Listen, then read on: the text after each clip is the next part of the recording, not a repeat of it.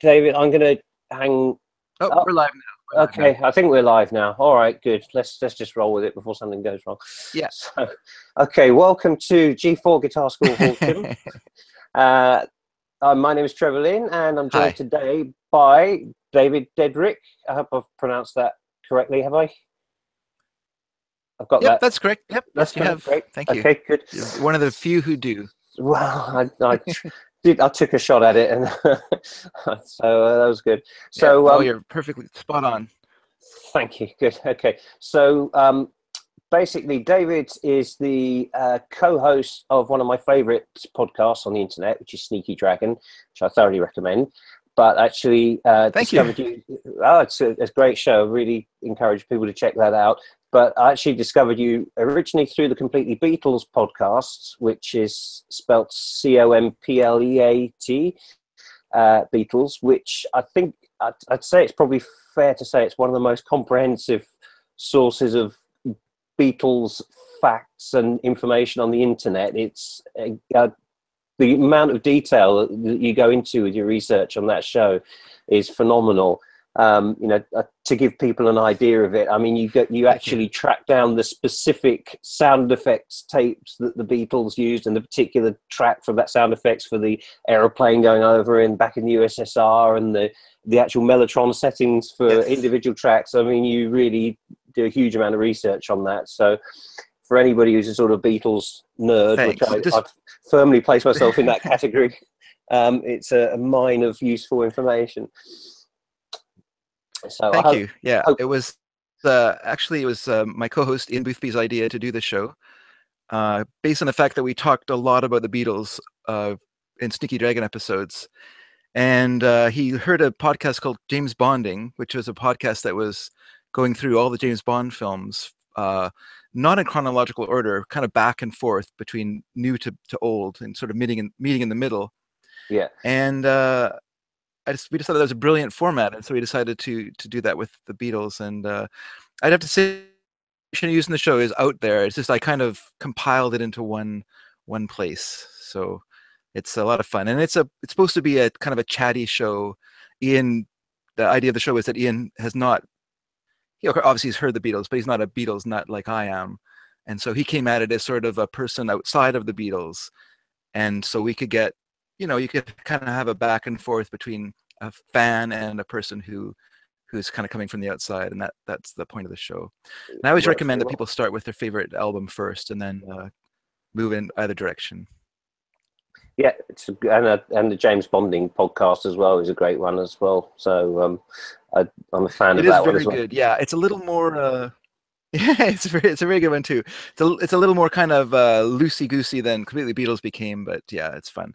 We also did another podcast. If people enjoy complete podcasts, we did one on Tintin as well. We did all the Tintin books and covered the history of Hergé, and that was fun because once again, Ian had never read the books, and so he was coming to it as a neophyte, and I as an all-time fan, could once again delve deep into the history of Hergé and the Tintin books. So yeah, that's another podcast, totally Tintin.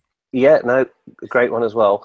But I thought this one, I thought this show, I think it's probably going to be fairly Beatles heavy. I'm getting that sort of vibe out of this. Good. And I thought, seeing as it's good timing, that this particular little beastie surfaced this month. Oh, you got it. The 50th anniversary.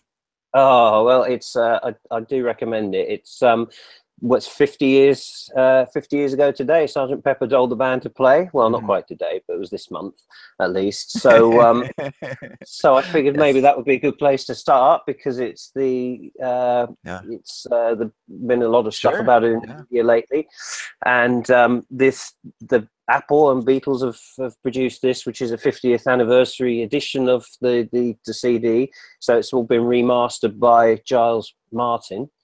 And I guess some people might sort of question, whether it needed remastering and whether the original album really needed that much improving. But then the thing was, the original album, the really intensive mastering, was the actual mono mix.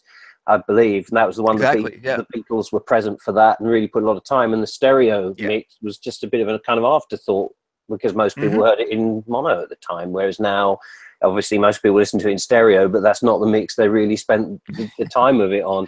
So exactly, and there's even mistakes in the stereo mix where they didn't put the very speeding on songs and things, so they just didn't to reflect the Beatles' intent, unlike the mono mix, which they were intensely involved in. So I think it's a great idea to do a remix.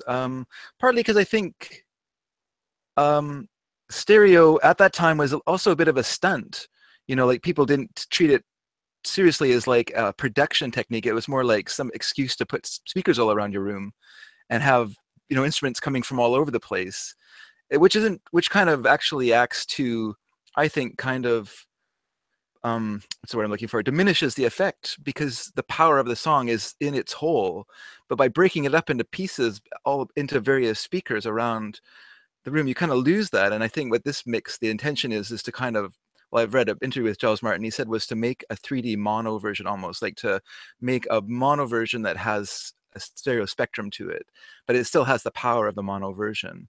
And I think that's great, because I mean, the problem is, as you say, we all listen to stereo now. The idea of listening to mono is a little like watching a black and white movie for a lot of people, and so this is a way to open it up to new listeners as well. And I don't. I saw a little interview with Jeff Emmerich, and he seemed to object to the use of, or the new stereo mix.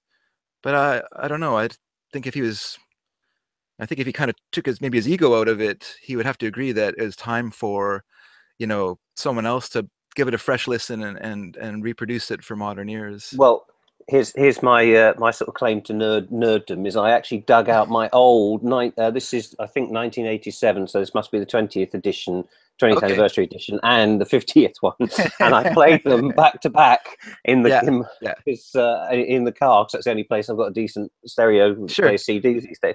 And the difference between them is like night and day. The clarity and the depth, it's just, I mean, it's almost unrecognizable, the difference in quality between the two, and it just breathes so much more. There's so many more nuances in it. So I personally, I think Giles Martin's done a phenomenal job with it, and I think it seems really weird to imagine an album like that you would hear it in mono, because, like you said, it's almost like watching watching a sort of psychedelic movie in black and white. It seems seems hard to imagine. But weirdly, I mean, it is hard to imagine, but the power of those days was radio, and radio was mono. AM radio was mono, and that's how people heard Sgt. Pepper first. Before they ever heard the album, whether stereo or mono, they heard the singles.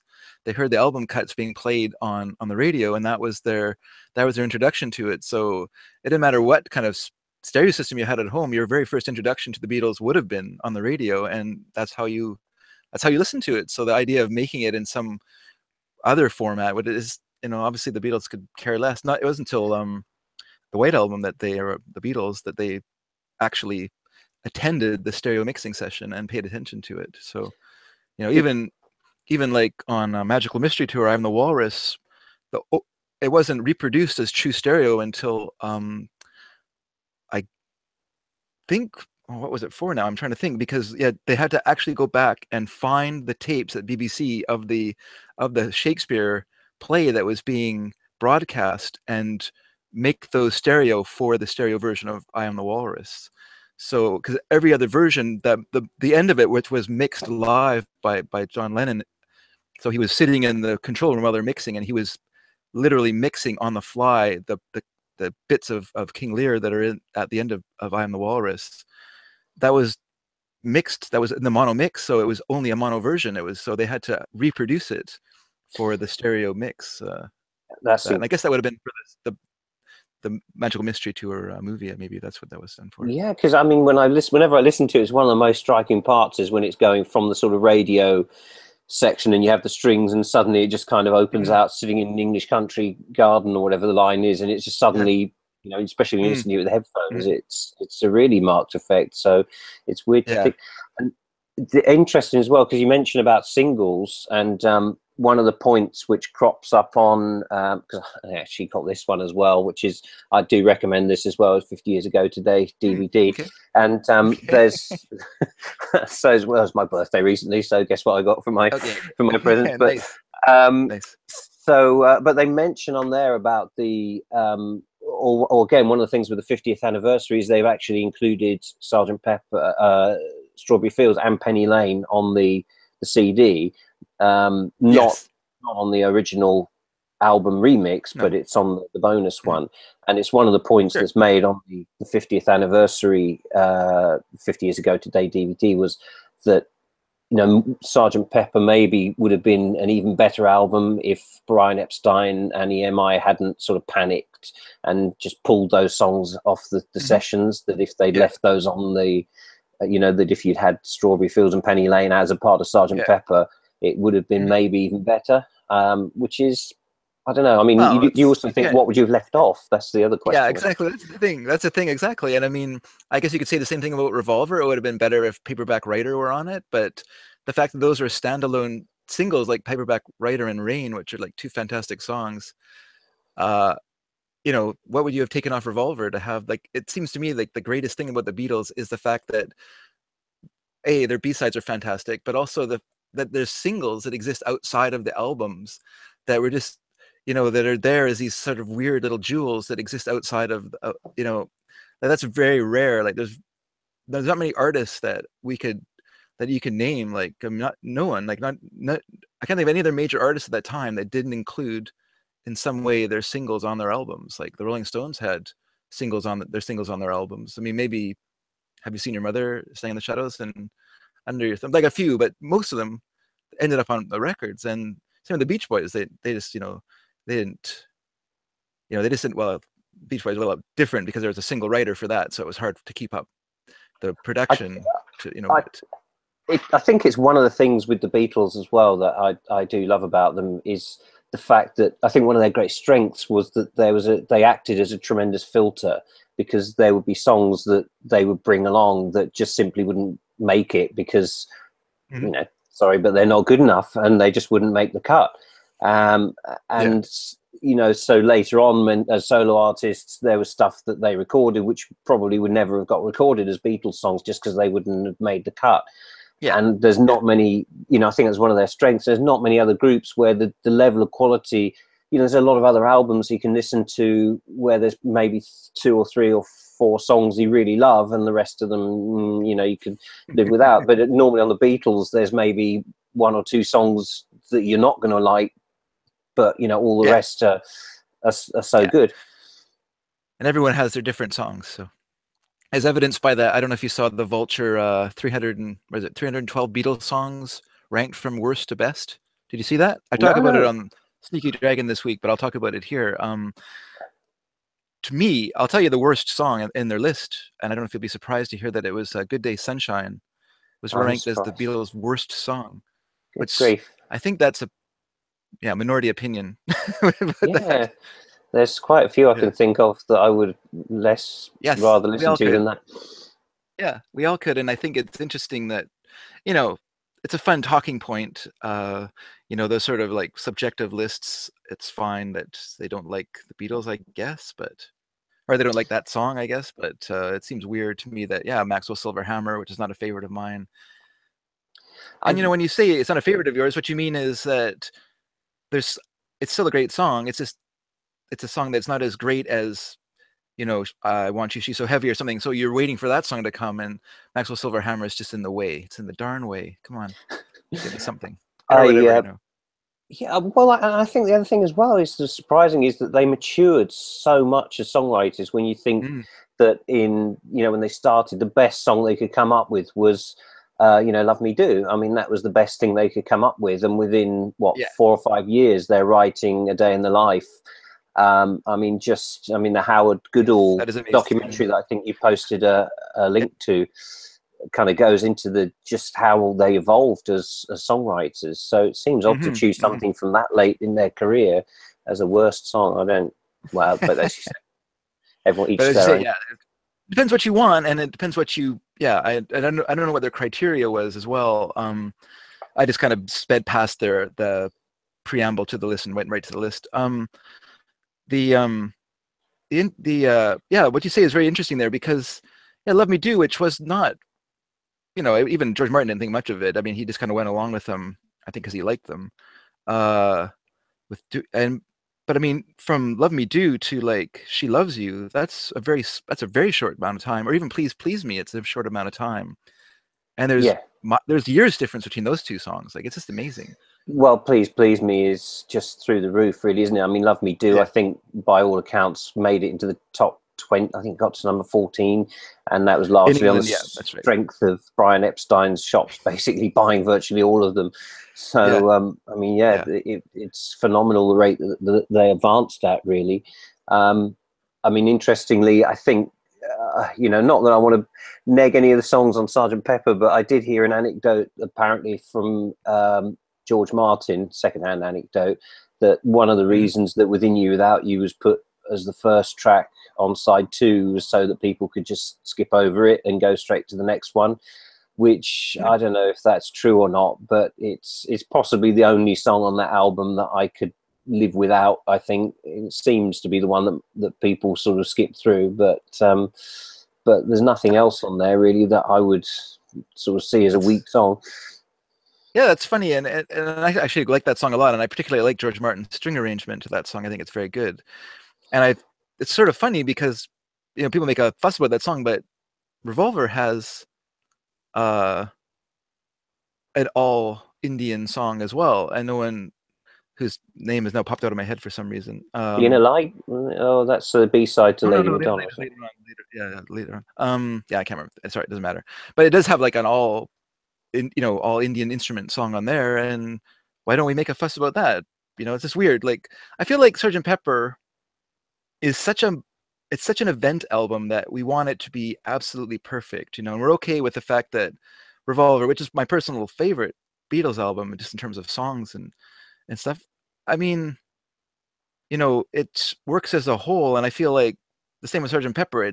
It's a great album because it works as a whole. And what's really interesting about the Beatles when you get to Revolver and particularly Sgt. Pepper is they had no sound, they didn't have a style anymore. They didn't have the Beatlemania style. They didn't have the folk rock kind of style of Help and Rubber Soul. They were just sort of becoming like this sort of mishmash of all kinds of different influences. And so you could have an Indian raga, you could have a Motown kind of song on Revolver, you could have an Indian raga and classical elements, and this real potpourri, for the benefit of Mr. Kite, this fairground song. It's just all bets were off by that point. So it's just amazing. I think it's the versatility with the Beatles is one of the fascinating things. I mean, the fact that they change so much from album to album, and even within albums that they change so much. So you got me wondering as well what that Love to You, that was the one, I think, was it you were mentioning? I think Love You Too, actually. Love You Too, yes. God, I can't even read it right. Yes, well done, thank you. But yeah, it's hard to remember because I know in my mind they're like Lexington Superb and all these silly names that because George was infamous for not being able to think of song titles for his songs, so he would give them the like Within You Without You on the Sgt. Pepper was originally called India, which was just a fill-in title until he could think of an actual title for it, and he always seemed to put that off. There's an anecdote with one of the secretaries who worked originally at NEMS and later went on to work at Apple, and said George came and sat next to her one day and said, I've got these words for this song, which I don't know if it was India or Within You Without that time, and he'd written it all out, and he said, I can't read my own writing, can you type it out for me? And he sat next to her and read the lyrics out, and she typed it all out on a nicely for him and gave it on a printed thing, and then she just took the handwritten lyrics, screwed them up in the bin, for every and she had just loads of them, just there you go, that's it, bomb. There goes a house. It's unbelievable. No one knew. No one knew. Yeah, like I can't blame anyone for what happened financially with the Beatles, because no one knew what they were doing, and that's why they were so great, and also why there were problems. Like personal problems and financial problems is because no one knew. Like, no one knew. Like, even when they got to like the financial problems at the end of their career, like no one knew like you could take some time off as a band, do Yeah. some stuff apart, and come back together again. Like, that didn't exist as a model at that time of band relationships. So no one knew. Like, so they just, you know, got angry at each other and fell apart because And no one knew how to make that situation better. the idea that marketing would actually be, you know, you could sell merchandise and that could be worth, you know, you could earn more money from that than you can earn from the albums, and that as an idea was never, who knew?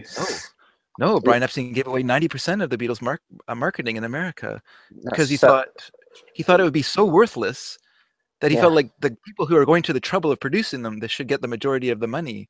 He didn't realize that it would make a fortune for all these different people. Yeah, until he got his first check for $100,000 and said, "What's this?" And they said, "That's your first 10%." Yes, from Cell Tab, I think, wasn't it? That's right. Yes, Beatles backwards. So he never. But I mean, it's hard to blame him because, you know, without him, we wouldn't have the Beatles. Let's face it. I mean, it was his energy and interest and drive that got them their Decca edition, got them to George Martin. You know, he pounded on a lot of doors to get them to where they were. He, you know, kind of molded their early career, made them into professionals, made them acceptable to the British public to market this group. I mean, you need to be marketed. That's a fact. It's hard for us, say, maybe as artists, to deal with that reality, but you need to be marketed, and he was there to do that for them. Yeah, so I mean, they wouldn't have, you know, that they wouldn't have churlish. Made it on TV, would they, with sort of toilet seats around their necks and smoking and eating baked beans and stuff on stage, would they? I guess so. Yeah. It's I mean, that behavior, it killed the Sex Pistols, right? Like, Sex Pistols were a going concern until they swore on television, and then they could not play concerts. They could not be a working band, and they just fell apart on that fact. And so they needed, you know, they needed better marketing. That's the fact, you know, like.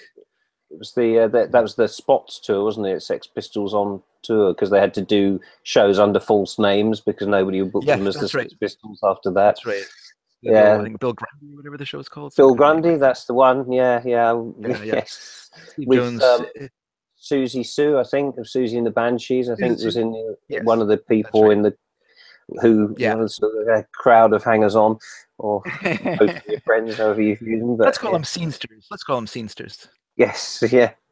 But I mean, I think the Pistols were a phenomenal band. I mean, it's and ironically, I think Glenn Matlock, who was probably the best musician in the group, was thrown out for liking the Beatles. That was his sort of famous crime, wasn't it? Supposedly. Well, I think that was more publicity than reality. I think there was some personal conflicts and dumb things. I think because this is off topic, obviously, but this is okay. Malcolm McLaren was sort of being an anti-Brian Epstein. He wasn't working for the band. He was working for his own interests. He had his own playbook that he was playing by, and one of his playbooks was to create division within the band. So rather than creating unity, rather than making the band like each other, he made the band hate each other. And Glenn Matlock was a victim of that. And that Beatles thing was a bit of an excuse, because, you know, the Sex Pistols got together because they loved, you know, the Faces and stuff like that. So they weren't trying to destroy rock and roll. They were just trying to be like a good time boogie band that kind of ended up as part of this scene that and yeah, when you listen to Never Mind the Bollocks, produced by Chris Thomas, who worked on the Beatles on the White Album, you can hear like a really good band. Like, Steve Jones is a really good basic guitar player, and that album is just like a guitar symphony, because they just had so much time to waste because they couldn't do anything, that they just kept overdubbing and adding more and more stuff to it. And I think Steve Jones is one of the most underrated guitar players. I mean, his rhythm guitar playing is so precise and so fast and so tight. And I think one of the strengths with the Pistols was the fact that they would get the bass and the guitar so tight that it was almost like one huge big guitar. But that's the thing. But after Glenn Matlock left, and they didn't have a bass player. I mean, I know Sid Vicious was there, but he was no bass player. Steve Jones was making the bass on his guitar, so he was using his guitar as the bass guitar sound. So when he was overdubbing, he was adding a bassy guitar sound to it to emulate the bass, which is an interesting idea and probably not done very much before that. And so it gives them an even more unique sound. Yeah, and interestingly, I think with Johnny Rotten, I mean, who again, we can way off topic on this, but so what? But with Johnny Rotten, because his apparently, I mean, I think he's one of the most underrated frontmen. I mean, to me, he's right up there with Mick Jagger and you know, and Freddie Mercury as in terms of sort of charisma and you know, sheer watchability. And a lot of his stage presence was based on, I don't know if you're familiar with a guy called Norman Wisdom, a British sort of comedy actor of the 50s. You may not. Yeah, I'm a huge Anglophile, but that one I have not. Yeah, but if has not made it over here. Yeah, but a lot of his stage personality is based. If you watch Norman Wisdom movies, he's kind of this, you know, sort of little guy works in a shop who's, you know, this is Grim style, and he's and it's this kind of bizarre little contorted figure, which is kind of, it's apparently his stage persona was halfway between that and so Laurence Olivier's Richard III. That was the kind of two things he sort of based himself on. I love it. And he, well, my friend, oh, sorry, go ahead. No, I was just going to say, and apparently a lot of his mannerisms, like the spitting and the staring and stuff like that, because he had meningitis, I think, as a child, and sort of had all kinds of health problems from that. So he was always having to, you know, clear his throat on stage and couldn't see properly, so he had to kind of stare. You know, the very sort of starey look, and apparently that was where a lot of his mannerisms came from as well. So, no, it's funny, but my friend David M., who is in the second episode of the White Album, the double White Album. No Fun, isn't it? Was his... Yeah, that's right. No Fun is his band. That's right. He always maintains the Sex Pistols being like the second Beatles because they were such a kickstart to a new sound and a new, you know, kind of. Because if you listen to, like, I often think it's interesting, like if you listen to Abbey Road and then you listen to a lot of 70s rock, how much Abbey Road carried on into the 70s. And it's as if everyone was waiting for, like, the Beatles to do a new album and create a new sound for them to follow, you know, but they didn't, because they didn't exist anymore. And so Abbey Road was all that we had. And so everyone's just doing this very laid back, vocal harmony heavy music. And then it took, you know, into the sort of, that kind of carries on into sort of the yacht rock sound of the 70s. And then you get to the Sex Pistols, you kind of just took everything and sort of twisted into a new direction, you know, and you needed that band to make the next stage, a next step stage, even though it's a backwards looking sort of sound too. I mean, I think, you know, because that was one of the things with the Beatles, wasn't it? With each album, they sort of pushed things onto the next level, and everybody else would be kind of following what they'd done with their previous record. And then, you know, when they did Revolver and they had that kind of Mary Quant, Carnaby Street sort of black and white look, and everybody was copying that. And then Sgt. Pepper comes out, and it's suddenly, oh, wow, it's psychedelic, and everybody's copying Sgt. Pepper and doing psychedelic covers. And then they go with the White Album, and it's completely, you know, minimalist, and they're constantly just one step ahead of everybody else. But it's funny, even if they weren't one step ahead, they were such good I can't even say the word. Synthesizing the sorry, my terrible mouth. All the influences that are around them, they could create their own kind of whole out of things, because, you know, there already were psychedelic sounds that were happening, you know, and, you know, I'm pretty sure that the White Album came out after John Wesley Harding, so, you know, Dylan had, you know, sort of made his return. He was doing like the Basement Tapes, so he was already kind of exploring rootsy sounds and stuff like that. But as if the Beatles could kind of pick up the signals that were coming across the Atlantic, to see those sounds, and then just kind of, you know, suddenly, oh, we're gonna do Lady Madonna, we're gonna go back, you know, because now Reprise is signing Fats Domino to do an album. They got Little Richard doing an album. So old time rock and roll is back. So let's do Lady Madonna. Let's do this new sound. And they just seem to have this weird ability this chameleon-like ability to, like, take all the influence around them and Beatleize it into some really appealing new thing. They were kind of, and then everyone would be like, oh, sponges, they were like just sponges, weren't they, for everything that was kind of going on around. I think interestingly, just coming back to Sgt. Pepper again, because I think one of the reasons that it's kind of such a seminal album in some ways is that it was sort of that transition point between kind of pop and rock, when you've got the previously the guitar sound is a kind of much cleaner sound. It's kind of more of a rhythmic thing. And by 66, you've got Hendrix is in London, and McCartney and Lennon or George Harrison, they're all big fans of his and listening to him. And John Lennon apparently openly admitted and said, look, I just go along to steal from him. That's why I'm there. And you can kind of hear that on Sergeant Pepper when they're, you know, the opening track with where they're using this sort of fuzz distortion on the guitar and kind of getting that overdriven sound. It's that point where it's becoming a rock album rather than a pop album. Yeah, and I think that's why McCartney replaced Harrison's original guitar solo on Sgt. Pepper,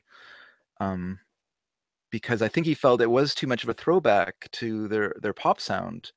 I've never heard it. I'm going to assume this because McCartney's is just so down and dirty. His guitar solo is just, and his guitar solos are usually very kind of simple in a way, like Taxman and stuff like that. He tends to play around a similar part of the guitar. He'll kind of go up and down the strings, but he very rarely kind of goes back and up, you know, up and down the neck of the guitar. He'll kind of go up and down. So I think he's very, you know, but he has this really nice, neat sound to his guitar. That good old Casino, I think it was called, that he played. The Epiphone Casino, yeah.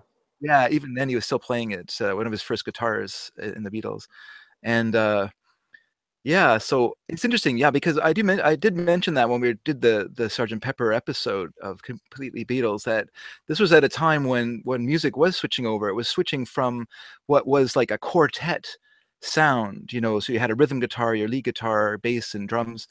It went from that to now we had like the Who and the Jimi Hendrix Experience and the Cream, not the Cream, who were all getting rid of the rhythm guitar, and it's going down to a very basic, you know, lead guitar, bass, drum sound.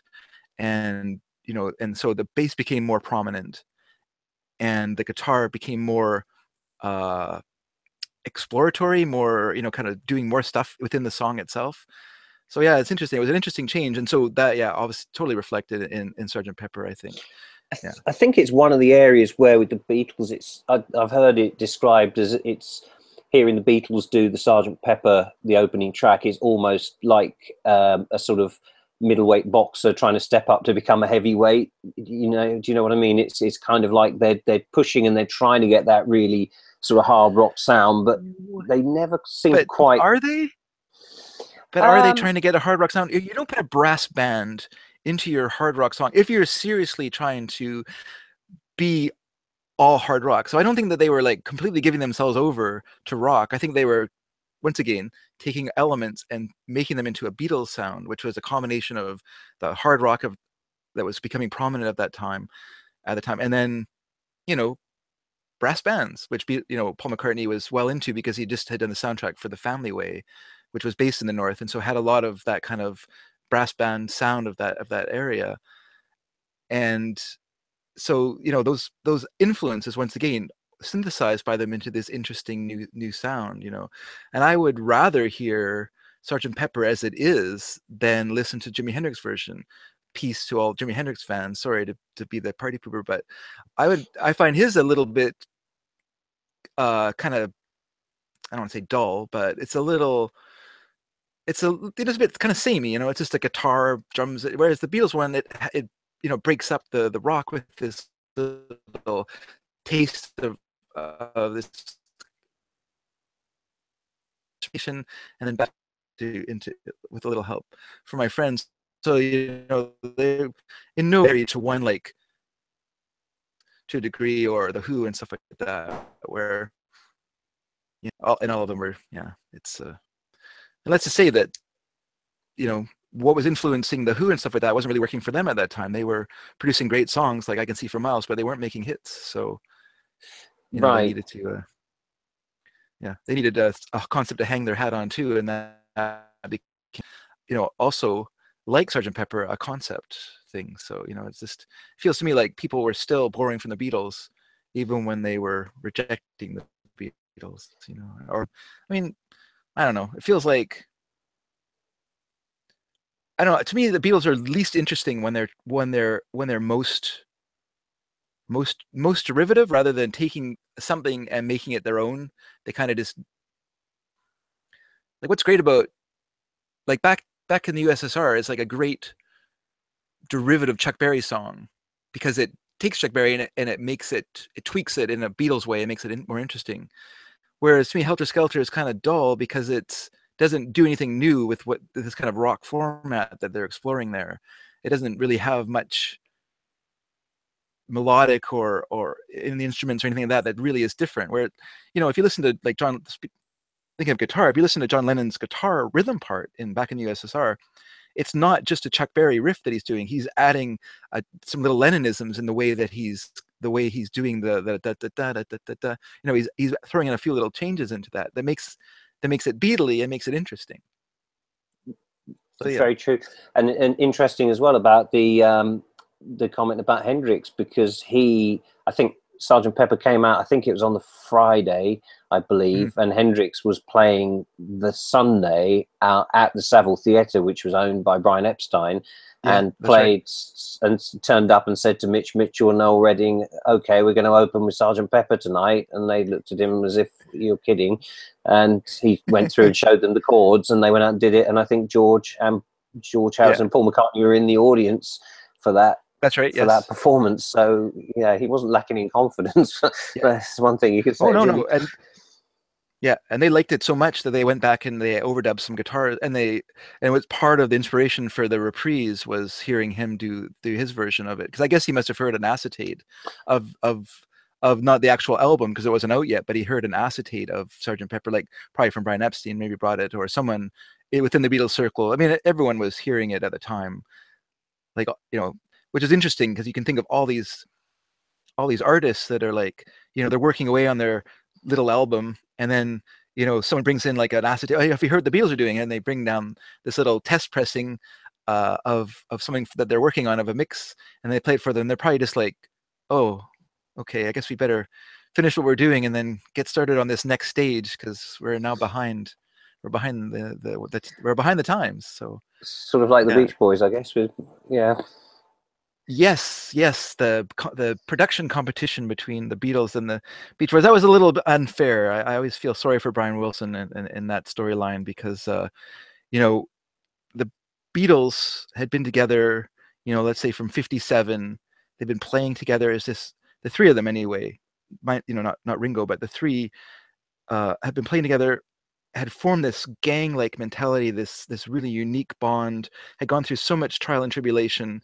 Then to meet Brian Epstein, who was so supportive, to meet George Martin, who was just an incredible producer, but also so supportive of them as well. I mean, just the fact that he gave up on his idea of making them do "What You Do to Me," the Mitch Murray song that Jerry and the Pacemakers later did, instead of that song, which had all the markings of a hit song. You know, but wasn't written by them, and to go, okay, forget about that idea. You just do "Love Me Do" and we'll put that out. It probably won't be great, but let's just do it anyhow. And then, yeah, like whereas the Beach Boys, you know, they were formed on a whim. Their parents had gone away for the weekend, and so the boys rented instruments, recorded a song, gave it to a local studio who thought it was pretty good, and they did a pressing. They named the band. The Beach Boys didn't name themselves. The name was given to them on their single. And then suddenly from that, from like a bunch of kids going to high school to a full-on band having to tour around the United States, produce 2 albums a year, you know, and so that was, and have only one songwriter. You know, and so that's an incredible. So there was no gang for Brian Wilson. There was no, and he constantly was at odds with his father, who was their manager, with the producers at Capitol over what sounds and stuff like that. You know, and like, you know, he had numerous nervous breakdowns, and I think pressure was just killer. Yeah, I mean, it was. I think in a way, I suppose it was a bit like Elvis as well. In that, with the Beatles, they felt that they were lucky in that there was always 4 of them, and they all knew what it was like to be Beatles. And Elvis, there was just him. Nobody knew what it was like to be Elvis apart from Elvis. Yeah. And I guess for Brian Wilson, it was a similar thing. He didn't have anyone like Paul had John to write with, and they would collaborate. There wasn't someone to say, you know what, this is a great idea. Let's put banjos into a Beach Boys song. This is great. No, the band were like mad about it. The record company was mad about it. Everyone was mad, and so he's just in the middle of all this, people being mad at him, trying to like compete with the Beatles, and recognizing the fact that if you stand still as a pop artist in the 60s, you were doomed. Like, you were just doomed. You were gonna fail, because once you took your foot off the gas pedal and relaxed and just repeated yourself, you're done for. Like, that was the end of you. And you could see, like, as soon as Smile fell apart and the Beach Boys dropped out of Monterey, they lost it. They were never the same again after that. It's And the 60s left them behind. yeah, that it is incredible, isn't it? When you look at the rate of change of music in that period, it's sort of like a year in the Mm-hmm. 60s is almost like a decade or more, Yes, now yes, in for sure. terms of the way that music Yeah. evolved, and the way that sort of Mm-hmm. styles Yeah, and whatnot were changing. It that's was an right. incredible That's right. decade. It was an incredible decade, and because Um, it had so many streams to it, right? You had your cultural changes, you had your technological changes, and even this communication changes. So you had the creation of the single, the creation of the album, the the the improvement of the studio as a recording instrument, and then just the cultural, the positivity of the 60s, the idea of progress as a possibility towards betterment. And so not not just culture, music, and popular culture should change. And so the more different you were, whether it was a movie or music or literature, the more you pushed the envelope of the form, the more interesting it was, and the more popular you could become. So yeah, it's just about repeating success. and I think one of the other things as well with I guess that the Beatles really sort of helped to create was this sort of creation of the album as an art form. In that, when they started out, you had the single, and the album was just a kind of cash in on the single, and the singles market was where all the money was, because nobody really bought albums. But the Beatles Yeah. albums became legitimate art forms in their own right, and it wasn't just by Mm-hmm. because of, and they didn't even put the single on the album because they, as you said, they didn't want to rip their fans off by making them buy the same thing twice. And then Mm-hmm. you kind of, by the 70s, you had this thing where you had albums bands, and you had people like Zeppelin who wouldn't put a single out. It was like, we're not going to Yeah. release Whole Lot of Love or Stairway to Heaven as a single, because we don't want to be a singles Yeah. band, because they're just, they're not cool, and we're a serious bunch of musicians. We don't want to have a hit single Yeah. Yeah. and a number one, which seems an incredible idea now, but it was, wasn't it? Yeah. Just the one single that they released, the Immigrant Song with "Hey Hey What Can I Do." Oh, That okay. was the only Yeah. one that's the only one that they somehow, I don't know how they were convinced. Ahmet Erdogan, I guess the manager of Atlantic, or the owner of Atlantic Records, must be incredibly persuasive. So he got them to do one single at least. Yeah, Yeah. no, yeah, it's true. It is interesting to me. And thinking of and we want to let's go talk a little bit about the Beatles guitar. I'm not a guitar player myself. I did play a guitar when I was younger, but I was terrible, so I wisely put it aside to do other things. But We're all terrible when we start. oh, I don't know. I just couldn't. I learned from the Mel Bay guitar book, and you start off, you do whole notes on a string for a little while, and then as soon as you get to page 3, and then you're expected to play all of Shenandoah, and you're like, this I can't. What's That's that? So I failed the Shenandoah test, as I call it. Everything in life is a Shenandoah test. I realize now. At the time, I didn't. okay. I was going to have a Sounds like that was moment a of pretty steep complete. learning curve they had you on there, I think. It was, and I think it was there to get rid of the people like me who weren't totally committed.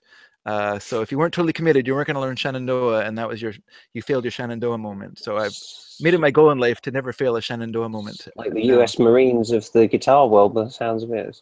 yeah, It's yeah, pretty tough. yeah. It was yeah. You had to buy in or buy out.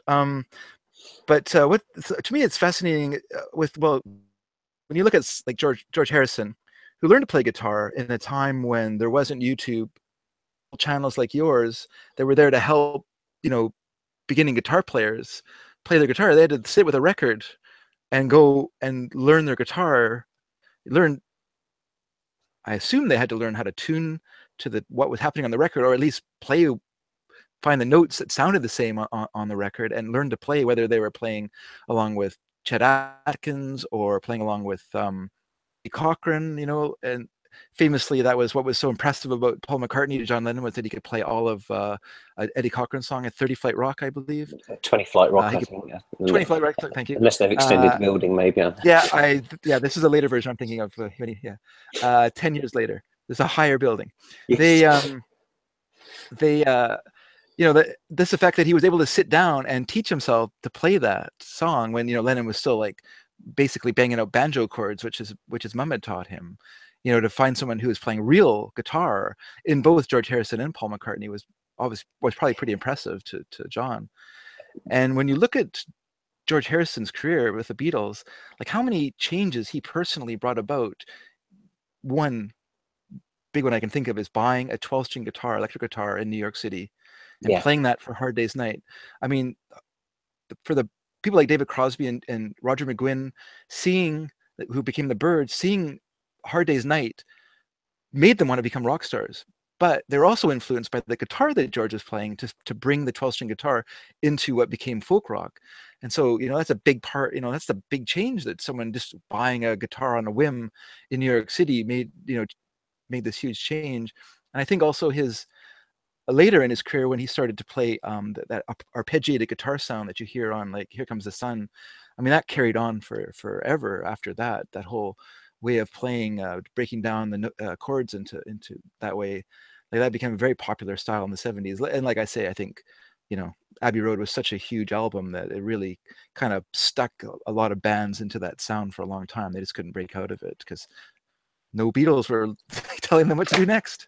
And I think you're absolutely right. I mean, these days it's so easy for guitar players to learn a song. If you want to know how to play a Beatles song, you can find out in about 5 seconds and go on to the net and find videos of, here's how you play it, and tabs and every resource you can need. And it's so easy to learn the songs. But what you don't learn is the ability, the technique of learning that and being able to hear a record and work out what the notes are. And I think there was a social thing with it as well, because the Beatles, along with everybody else at the time, would try and learn from other people. And I think there was a story that McCartney that tells where they heard of this guy in Liverpool who knew how to play a D chord or whatever it was, and they travelled across Liverpool on the bus to sort of find this guy, to find the mythical D, the quest for the D chord. Yeah. That's an amazing story, and I can imagine that. Excuse me. I love that story, and I like the fact also that they learned some guitar techniques from a guy who worked in a guitar shop who played jazz guitar, and you can certainly hear a lot of jazz elements in what the Beatles were doing, especially in the early songs, where they're, kind of Glenn Miller like ending to She Loves You and stuff like that, where they just loved. Once again, thinking of synthesizing, I mean, the fact that the Beatles synthesized not just the rock and roll of their time period, but rock and roll musicians like Hoagy Carmichael. So, classic songwriters of the days of the classic songwriter, the Hoagy Carmichaels and Cole Porters and whatnot. And then British music hall songs, obviously another big part of their sound. And then also I think church music too. Like you can hear in the way that they end songs, they often have a bit of an amen to the end of their songs. Where it's an unusual ending to a rock and roll song. You wouldn't have heard Chuck Berry do that as an ending of a song, but the Beatles, because of their background, that was a natural ending. I mean, well, I just had to quickly grab the guitar, but just, I mean, what you're mentioning about the chords that they use, because they picked some really weird ones. Like one of my favorite chords is the E6 that John plays on the end of Ballad of John and Yoko, that sort of,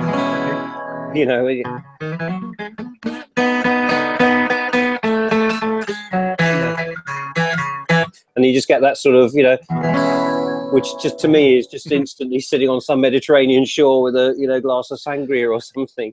It has that element to it, but also has a little bit of a gag element to it. It almost sounds like it has a little bit of a it's that sort of sort of it's just, that kind of stuff, like a little. Which I think the Beatles do love that kind of cheesy stuff, don't they? I mean, one of my favorite deep cuts of theirs is the My Name, Look Up the Number, which is really like, love that song. It's like Monty Python meets the Beatles almost. It's so that was my first favorite Beatles song.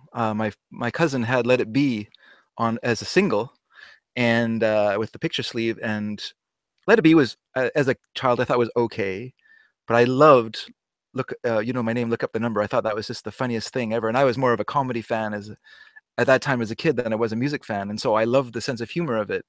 And of course, we knew nothing about the Beatles, so my cousin told me that it was Ringo Starr who did all the sound effects and was the funny one, because we didn't know. So it was easy to create a myth about something than because you couldn't. There's no Google for us to look at, and Yeah. so it was yeah. And I love that song so much. For a long time, it's still a favorite of mine, of theirs. But even on Sun King, in the Abbey Road medley. I mean, there's another example where they just kind of go into that weird little bit of faux Spanish, and just kind of give this sort of easy listening sound to the end of the song, and it's just it's just wonderful, off the cuff, Yeah. bit of fun. And I love the introduction to that song with the you can hear the crickets sort of chirping away, and coming in. Yeah, that's right. It's After because I mean, back in the day, I think people used to really kind of immerse themselves in an album. You could just sort of sit with your headphones on, and you just sort of disappeared off into this little world. And Abbey Road, I think in particular, is a really sort of atmospheric album. You get that sort of where you can really kind of picture some kind of landscape that you're sitting in when you listen to Sun King, and then you have that kind of incredibly sort of ominous, dark, long sort of outro to She's So Heavy, which is just one of the most, it's just the heaviest riff. I mean, it's just relentless, isn't it? And with the mood. It's relentless. Yeah. But it's the mood that really makes it, right? Like adding the white noise sound to it, which is so brilliant. Like who else did that? I mean, lots of bands were doing like a heavy guitar sound at that time, but there you go. The Beatles had this brand new instrument that George Harrison had picked up in Los Angeles, and they could add a white noise sound to it. And I don't know, my first experience of Abbey Road was that record. A lot of my first experience with the Beatles was when they did the first CD reissue program in the mid 80s, because as a kid I couldn't afford to buy a lot of Beatles albums. Stuff I heard was from friends' parents' record collections. But Abbey Road was a record I bought at a used record store. And on my turntable, when it got to the very end of I Want You, She's So Heavy, the song didn't end. The needle lifted up and went back and returned. And so in a sense, the song had no ending. The needle could go no farther in the song, and so it had to lift up and return. And it felt so brilliant, just a brilliant ending to that album. And that's a record. There are some records that I feel are better as CDs. The Stooges' Funhouse would be an example I could think of off the top of my head. It works much better. Like you can actually hear like the evolution of that album from the beginning to the end. Like for instance, the last three songs feature saxophone. The first half of the album has no saxophone on it, and then as it progresses to the longer and longer songs, the saxophone comes in. So it's an interesting, evolution of an album. You can hear it on the CD more than the record. But Abbey Road suffers as a CD because you need that true break of having to get up off your chair, go over, lift the record off and turn it over, and then start Here Comes the Sun. And the CD doesn't give you that break. It just goes right into Here Comes the Sun. So you don't get that impact of I Want You, She's So Heavy. Yeah. And it is such an amazing transition between those two songs, isn't it? I mean, it's just going from the darkest of songs to the lightest of ones, and it's such an amazing shift. Yeah, but I don't know if that song is really dark, because the lyrics in it are about, I guess, more about lust, but about want, about needing, which wasn't the first time that John Lennon had written that, because there's the B-side to Get Back. Don't Let Me Down, is it? Don't Let Me Down, yeah, which is another song about. Sorry, my mind only works half the time. That song, another song about like unconditionally needing someone, obviously Yoko.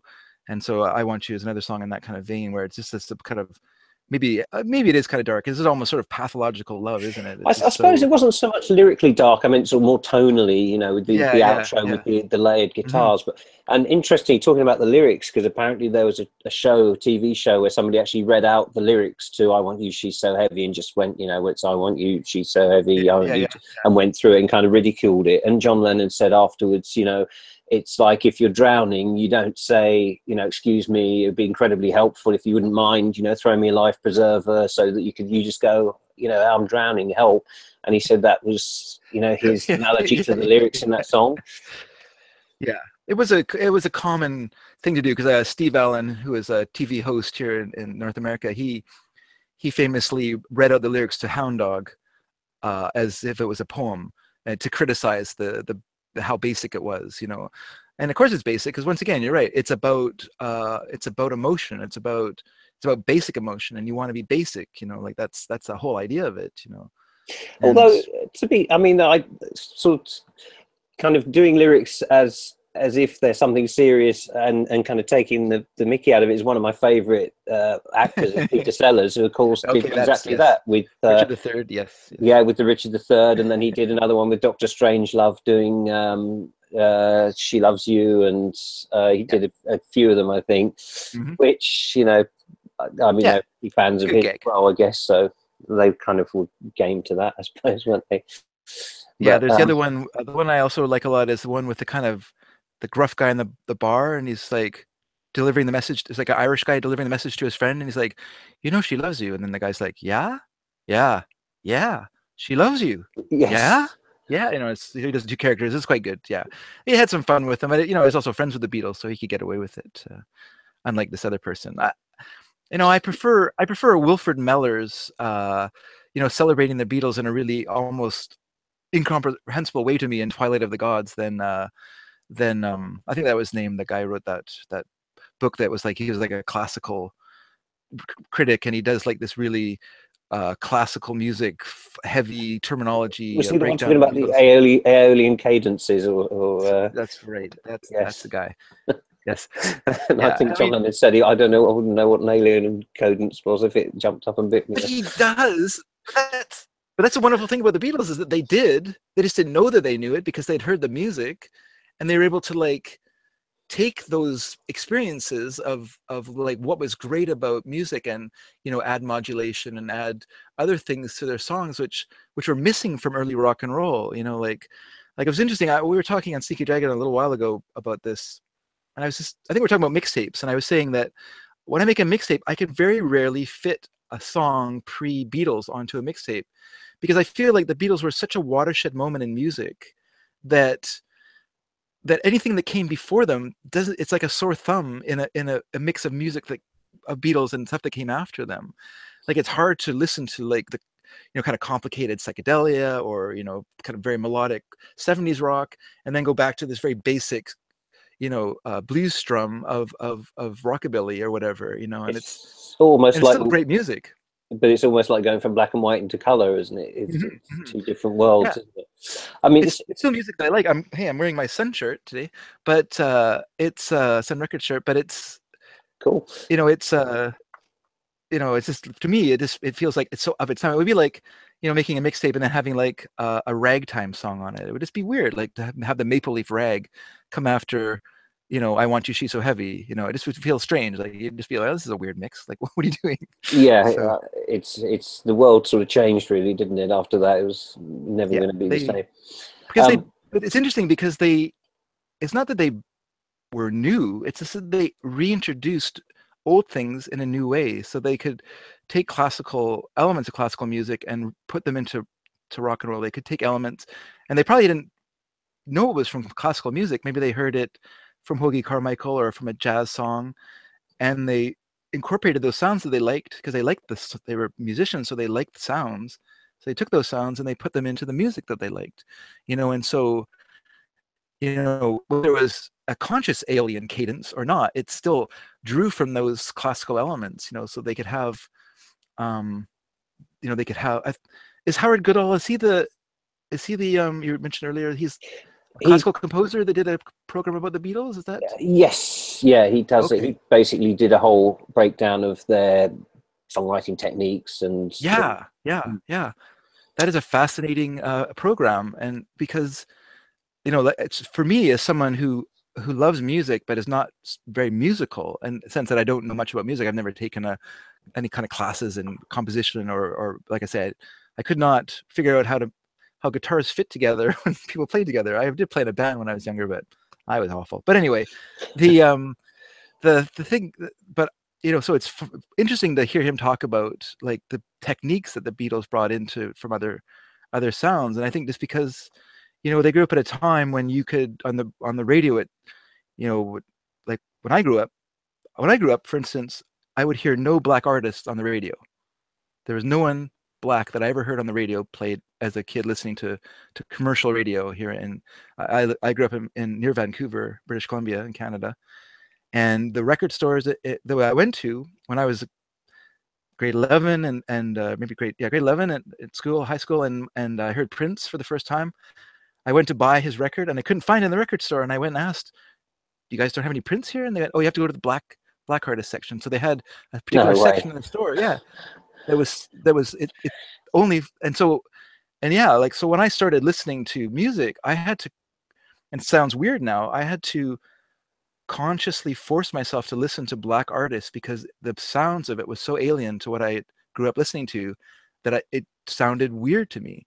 The way they sang and the way that they made their songs were different than pop music. Like Otis Redding's Day Tripper is a lot different sounding than the Beatles' Day Tripper. His is a black version of Day Tripper. He's taken that song and changed it into a black idiom, into a R&B idiom. And I just did not grow up with that sound. And so I had to like consciously, I know it sounds weird now, I had to consciously learn to like that music because I was told it was good in the books and stuff that I read. And so I said to myself, well, I have to learn to like this stuff because it's well thought of and it's weird that I don't. So, James Brown and things like that. Yeah, I had to listen to it. And it's surreal, isn't it? I mean, for some of the English bands who, like Led Zeppelin, when they went to America and they'd say, people say, oh, what's your influences? And they'd list these, artists that they loved. Oh, where are these people from? And well, they're from here. They're your artists. But it took a sort of white English act to kind of filter that music through, so it became mainstream. It's a surreal world, but yeah.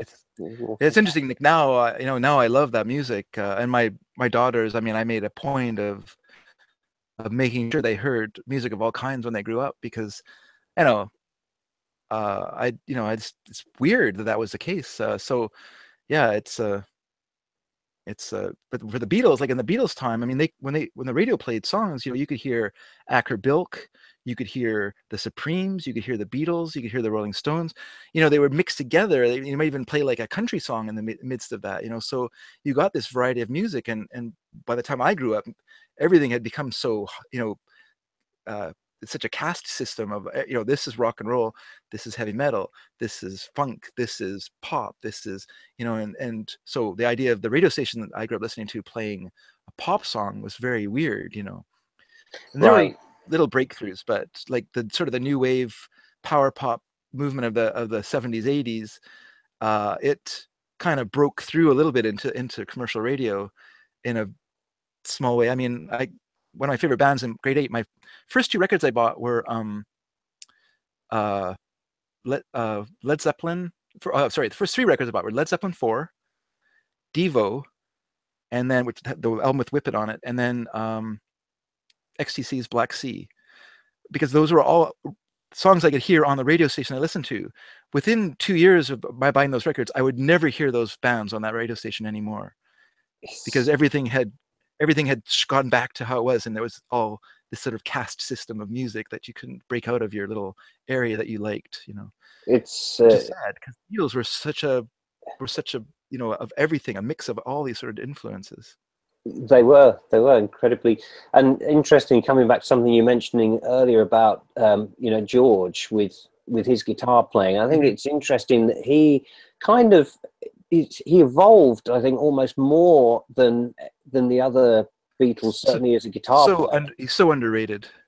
Because he starts out, he's kind of like it's almost like a sort of rockabilly kind of style of playing. Chet Atkins, exactly, and he's got his Gretsch Country Gentleman and then he goes and mad and buys a 12-string Rickenbacker, and you have this incredible jangly kind of sound, which was kind of almost their trademark sound around that period, with like Ticket to Ride and stuff like that. It kind of became a bit of a real feature, didn't it? And then he evolved on from that yet again, and sort of discovered the whole slide guitar thing, and really, developed that kind of wah slide sound that he used later on, which was completely his, really. I mean, nobody played like that. I mean, as a guitarist, he really changed and evolved and progressed, I think, so much through the years.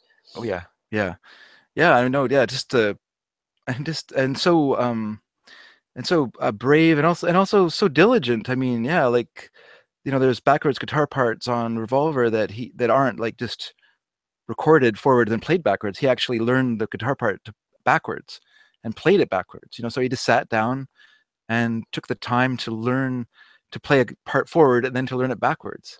It seems, like a lot of work, but they say it sounds great. He apparently just used to sit and play till his fingers bled when he was but I don't think there was a lot else to do, mind you, in those days, to be honest with you. But no, even so, there was still, he could have played outside with his friends and stuff, but he was driven by the sound. I mean, there's a reason the Beatles were so successful, is that they were all driven individuals. I mean, the fact that John and Paul just didn't, quote unquote, sag off school to go smoke cigarettes down and hang around with their buddies wherever people hung around in Liverpool at that time. No, they went to one of their parents, went to one of their houses, and they sat and wrote songs together. So they weren't really being truants. They were actually going and working. They were going and learning their trade, which was to be musicians. And so, yeah, I mean, they were just really driven to be great, and they were just lucky that they were allowed to be that. Absolutely. I mean, interestingly, because I think when actually I did go to Liverpool, and I did the Beatles tour, and actually went and visited Waltham Village Hall, and sort of stood there on that hallowed spot where John met unto Paul, and the Beatles were formed. And I mean, Paul was really kind of like the lead guitar player when he joined the band, because he was obviously a better musician than John. And John, apparently, when he heard Paul playing, thought, do I want to have this guy in the band and maybe have somebody in the group who's better than I am, or do I not want to have him and it's still my band? And after a couple of days he thought, no, fine, I'll have him. And apparently Paul, the first gig that he played, he had this guitar solo that he was supposed to play that he completely blew it, and just completely just fell to bits. And he could have played it easily at home, but he just got fat fingers in front of an audience. And apparently it was to try and redeem himself from that he said to John, by the way, I do some songwriting as well, please don't fire me, sort of thing. And introduced George as the lead guitar player. But in many ways, Paul was probably I certainly think he was the most versatile musician in the Beatles. Oh, for sure. Yeah. And, just a born musician. And a workaholic, so that doesn't hurt.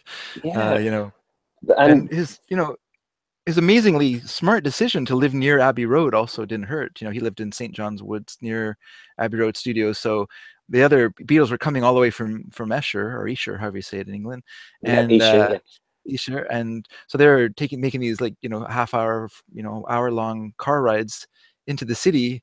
And Paul was just strolling down to Abbey Road, and so he was there early, and he could, so they could come in and be, oh, by the way, chaps, I've added a complicated mellotron element to this song, and of course it was good, and so they couldn't really, say no, but he certainly did. I think he was he was so talented that he didn't realize how overbearing he could become to them. I think he was.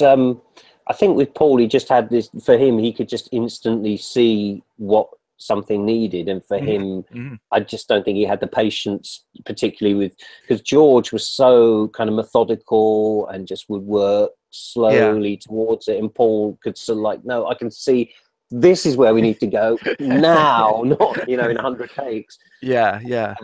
Which must have been difficult, but I think as a guitar player, he because I suppose everybody assumes he was just the bass player in the group because that's all you really see him do live. Yeah. That he didn't really get credit for as much of the guitar sound of the Beatles that he created. Oh, because no, he's an incredible part of it. I mean, and I think on something like Taxman, I mean, I didn't find out 2 years later it was Paul who played the guitar solo on that song. Yeah.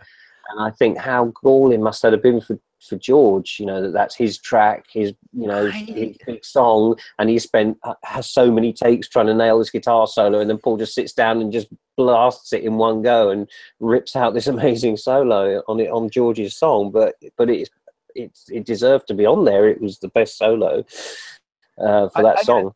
I'm going to say that I don't think George was that upset by it. I think at that point in the Beatles, they were a we. So there was no shame in another Beatle doing something that you couldn't do. Like that was because they were a one thing. So it doesn't reflect badly on George. He was a different guitar player. So, he could do the intricate And My Bird Can Sing moments. Paul could do that really kind of down and dirty sound of Taxman solo or the Sgt. Pepper Lonely Hearts Club Band solo, or I think he plays the solo on Back in the USSR as well. So I think he's, it's just, he just had that for whatever reason. And, it could have been that old guitar he played or whatever. He could bring out that tone of grime and kind of dirty down guitar playing that George's background is, learning from Chet Atkins and he just couldn't, he's just, in a way, George was too good a guitar player to do what Paul was doing, if you know what I mean. Like Paul is a great musician, but he's probably not the best recorder player in the world, but his recorder part on Fool on the Hill is really great. But put him up against a really good recorder player, that guy could probably run circles around him. But what he did was perfect for that song. And he didn't need a virtuoso recorder player. That's right. That's right. His piano playing is basic, but it really works on Hey Jude, or in whatever, whereas I think George was a little too good to play the guitar solo that Paul thought would really work in Taxman. I think as well go ahead, sorry. No, I was just I think another thing with McCartney is that he sort of has this image, I think, of being a very sort of melodic, kind of ballad writing musician. But particularly, I think, guitar terms, he was often the one kind of pushing the envelope and really pushing that kind of rock sound. I mean, Helter Skelter, some people argue it's the first ever heavy metal song because there was kind of nothing like that really before that came along. I don't know, as I'd say it's exactly heavy metal, but it's kind of, I mean, I think I saw it in the Kerrang top 100 heavy metal songs of all time, and I was like, Beatles, really? But but I mean, that was totally him. I mean, just that incredibly fuzzy, distorted guitar sound, incredibly sort of dirty, full-on thing, and that was completely McCartney who was pushing that one. Yeah, gee, heavy metal. I wonder. That's an interesting point. I mean, I don't know. My idea of what heavy metal is more, I guess maybe more exact than that, because I think you need a certain proficiency in guitar playing that song doesn't have in it, because it's not what the song is about. The song is just about a brutal song. They just wanted to play something really brutally. Whereas, if you listen to, I don't know, whoever, Metallica or Iron Maiden or whatever, it doesn't matter what's happening in the song. It's always going to have this really intricate guitar solo in it. That runs through the scales endlessly and boringly for you. And you're just, I don't think the Beatles had enough spandex, did they? They could not. Yeah, they didn't write enough songs about of war or whatever. I don't know I don't even know what the common thing. I'm not a huge heavy metal guy. No, I mean, I guess so, because I suppose Black Sabbath are sort of officially credited as being the first kind of heavy metal band. But they're more heavy rock, aren't they? Than Blue Cheer and all that kind of stuff. Is this more like heavy rock than it is? I don't know. I mean, I've heard them described as being the first heavy metal band because I suppose partly in a way because what they were doing was so sort of dark and I guess maybe lyrically I could see that. Yeah. Because apparently there's actually a Vincent Price movie, I think one of the old Hammer horror movies called Black Sabbath that Geezer Butler and Tony Iommi went to see, and they originally, because they were a sort of rhythm and blues band before that called Earth, and then they Yeah, went yeah, to see yeah. this horror movie and said that's what we should do. Like if we slow the music right down and make it really dark and ominous, and make it like a sort of horror movie on stage, and that Mm, was mm. their Yeah, idea. yeah. But I know what you mean. I think heavy metal is sort of inherently about virtuoso guitar playing, which the Beatles Yeah. were never really virtuoso musicians. Yeah, I mean, it's hard for Iommi. He was missing a finger, so he couldn't I think he was play. missing a few fingers, wasn't he? They chopped Oh, the he was missing. I thought he was missing one, but okay, yeah, yeah. no, he chopped the ends off all his fingers, and then a friend Oh, apparently, okay. yeah, who worked in this steel plant, and there was a big sort of machine that came down Yeah, and just yeah. chopped the ends off all, and he was literally the day he was going to leave, and then a friend of his brought him around a Django Reinhardt record and played it to him and said, "Listen, okay, you might not be into jazz, but this guy only has two fingers, and listen to how he can play, Yeah, and he's arguably possibly one of the greatest jazz guitar players ever, and he only had sure. two fingers." And Yeah, Tony Iommi yeah. kind of thought, well, okay, I guess if he could do it with two fingers, and then he melted these bits of plastic and made fingertips and tuned his guitar down and kind of worked out how to play with plastic ends on his fingers and did it all. Incredible. There you That's go. that kind of yeah. That's I wanted to interview say Django better than Larry Coryell. Are you serious? No, I'm just joking. Different, I guess. Django saved us from his singing. The yeah, yeah, it's I can see like with well yeah, to go back to McCartney, I think his I think what was magical about him, whether it's his down and dirty, is just he seems to have like this sort of innate musicality that understands what a song requires to just what it needs. Like he could hear a song and be like, we need one more thing in the song. We need blah. We need recorder. We need a mellotron part. We need, and he's in anthology. He's very modest. He says we had Surrey Fields, and then we added, and he plays a little flute setting on the mellotron. And he plays a part, and I remember my friend saying he means he did it. He's the one who thought of this flute part that Strawberry Fields needed. I mean, why? But I think Yeah. he doesn't want to offend the other Beatles by saying I did this, I did that. But there is a lot of that to Paul McCartney. I mean, Yeah. it's just the fact that he's so talented Until that Heather it's Mills it's came along, overwhelming. and then it all got changed back to McCartney Lennon on the tracks, didn't Yeah, it? yeah.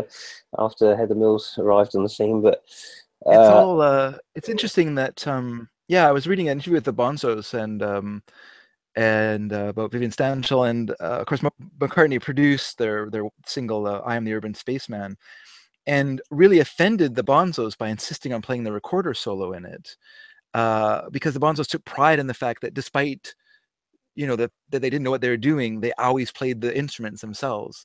So and because it was good enough, even if you're not the best, you can still play a part. So right. yeah, but probably he was thinking, I know exactly the part we need for this part, and I'll just quickly do it for you guys. And you don't say no to McCartney, I suppose, do you? If he's producing your album for you, I suppose. This is single. But Oh, yeah, yeah, sorry, single, yes. And of yeah, course, yeah. they Bonzos were in Magical Mystery Tour as well, weren't they? In That's right. Yeah, the yeah, scene in the Raymond Review Bar with that's correct. They did Death Cab for Cutie. Yeah. yes, that's it, which was kind of a unique sort of thing. But I mean, I think with If only they'd been on the Magical Mystery Tour soundtrack, that would have really helped them out a lot. But oh well. yes, I think that would have been probably pushing it a little bit, wouldn't it, to get a non-Beatles act on there? I think sort of guest artists were kind of one thing.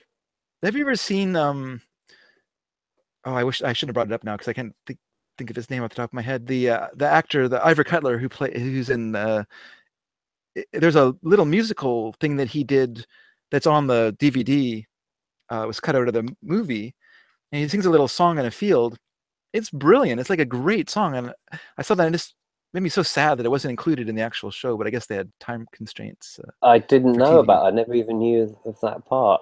Oh yeah, it's great. It's just a fantastically weird song that would have been so perfect in the show. It's on if you have the DVD release of Magical Mystery Tour. It's in the extras, in the extra Okay, features. I will. I have a cut those. Yeah, yeah, yeah. Okay. Oh, Check it out on YouTube. It's probably on YouTube. Yeah, you're right. Yeah, well, I ought to get the Magical Mystery Tour DVD anyway. To my shame, I've still got the VHS somewhere. Should probably need to Well, I'm upgrade. ahead of you there. I may not have the Sergeant Pepper one. Did you Yeah. buy? I was going to ask you. Did you buy the big the big deluxe version with everything? Oh no, no! I've just got Oh, the okay. 2 CD version of it, the Oh, big, okay, okay. big deluxe thing. I'm planning to buy the big set, so I I'm think saving up my money. it's over £100. I don't know how many dollars Yeah, it's that. $170 on Yeah. Amazon. Yes. Yeah, no, my wife doesn't love me that much, I'm afraid. So I got the two CD version of Don't it. tell my wife I'm buying it. Oh dear, but I mean, there's I mean the bonus CD version of that you get with the basic one. I mean, there's a ton of stuff on there with the alternate takes of Hmm. Sergeant Pepper. Well, I think all the songs. I think they've got alternate takes on there, and then obviously they got the Penny Lane and Strawberry Fields on there as well, which is interesting to hear. So yeah, Yeah. I think you'll be busy for quite some time if you get the deluxe one with about 10 CDs or whatever it is they've Yeah, got in there. I'm particularly interested to hear them working out the piano chord for the end of A Day in the Life. Apparently, on that they have that features the the original hummed version Yes, you hear is the on there, chorus and going over them all in it's Python-esque almost, yeah. yeah, it's a weird ending, and then, but once again, another example of where they couldn't quite think of what it was, but then Paul came up with the idea of just a masked chord, that stretches out for as long as they possibly could. While Jeff Emmerich slowly turned up the pots on the mixing console to make it keep the sound Yeah. so it's loud enough. So then you start hearing the air conditioner and stuff like that. Yes. But they have them, like, you hear them like trying to coordinate their efforts on the 3 different pianos and stuff like that. So I'm really fascinated to hear that. I love like hearing tracking sessions and things like that. I like to be a fly on the wall. People always ask me, if you go back in time, where would you go to? And Sergeant Pepper, like Revolver, Sergeant Pepper would be one time I would love to go back and be a friend of the Beatles, so I could go sit in the studio, no matter how long it took them and how boring it was. Sometimes Yeah. while they just huddled together thinking, I would still love to have been there, and I would also love to have been present at Pet Sounds recording sessions to hear Brian Wilson working that set, those session musicians, and getting the best out of them. That would have been interesting as well. Yeah, I know. It would have been great, wouldn't it, to have heard all that, been around for all that. It's a shame, I think, with a lot of those Beatles sessions that there's so little of it that's documented. I mean, it's only really the Get Back sessions, which you Yeah. get to see anything of, which and that's, who knows when that's going to see the light of day on Yes. Blu-ray or anything. My personal favorite Beatles movie, as listeners of Completely Beatles know. Which, if you'd asked me that before I sat down and watched all the movies in a row, I probably wouldn't have said that. But when we did the Beatles in the movies episode, for some reason it was so. Even though I knew that there was bad things going on more behind the scenes than in the movie, although there was a little bit of conflict, it was so fun to see the Beatles performing live on stage, on the roof and to see how happy they were together and how they gelled in that moment. It's such a, it's such a, it's just like such a great sort of requiem to that band, that moment. 'Cause I assume by the time, yes, for sure, by the time Let It Be came out, the Beatles were broken up, so it was released into this situation where there would be no more Beatles, and so you have this last moment before the sunsets of the Beatles happy together and celebrating their unique organism that they were, that thing that and it's funny, just branching out that little bit, I often get asked to put together my mix of Beatles solo albums if they were still the Beatles. So to take solo songs from Beatles albums and then make a Beatles album out of it. And I always say the same thing, which is no, because none of those songs are the Beatles. All those songs are individual people making an album. And what those songs always lack is the input of the other Beatles into the song, whether it's Ringo's great drumming, George's guitar playing, his little neat little fills and stuff like that, John's filter, Paul's filter. It just lacks that peculiar thing that was them. I read an article and it basically said, if you want to know why the Beatles broke up, just look at what their next album would have been like if they'd stayed together, and you'll see why they would have broken up, because you would have had That's right. Yeah. gone doing stuff Pacifier like band. Mother and Hmm. you know, trying to segue that into Paul doing what was it Teddy off? Boy. Yeah, Teddy Boy, and you know, yet another version of.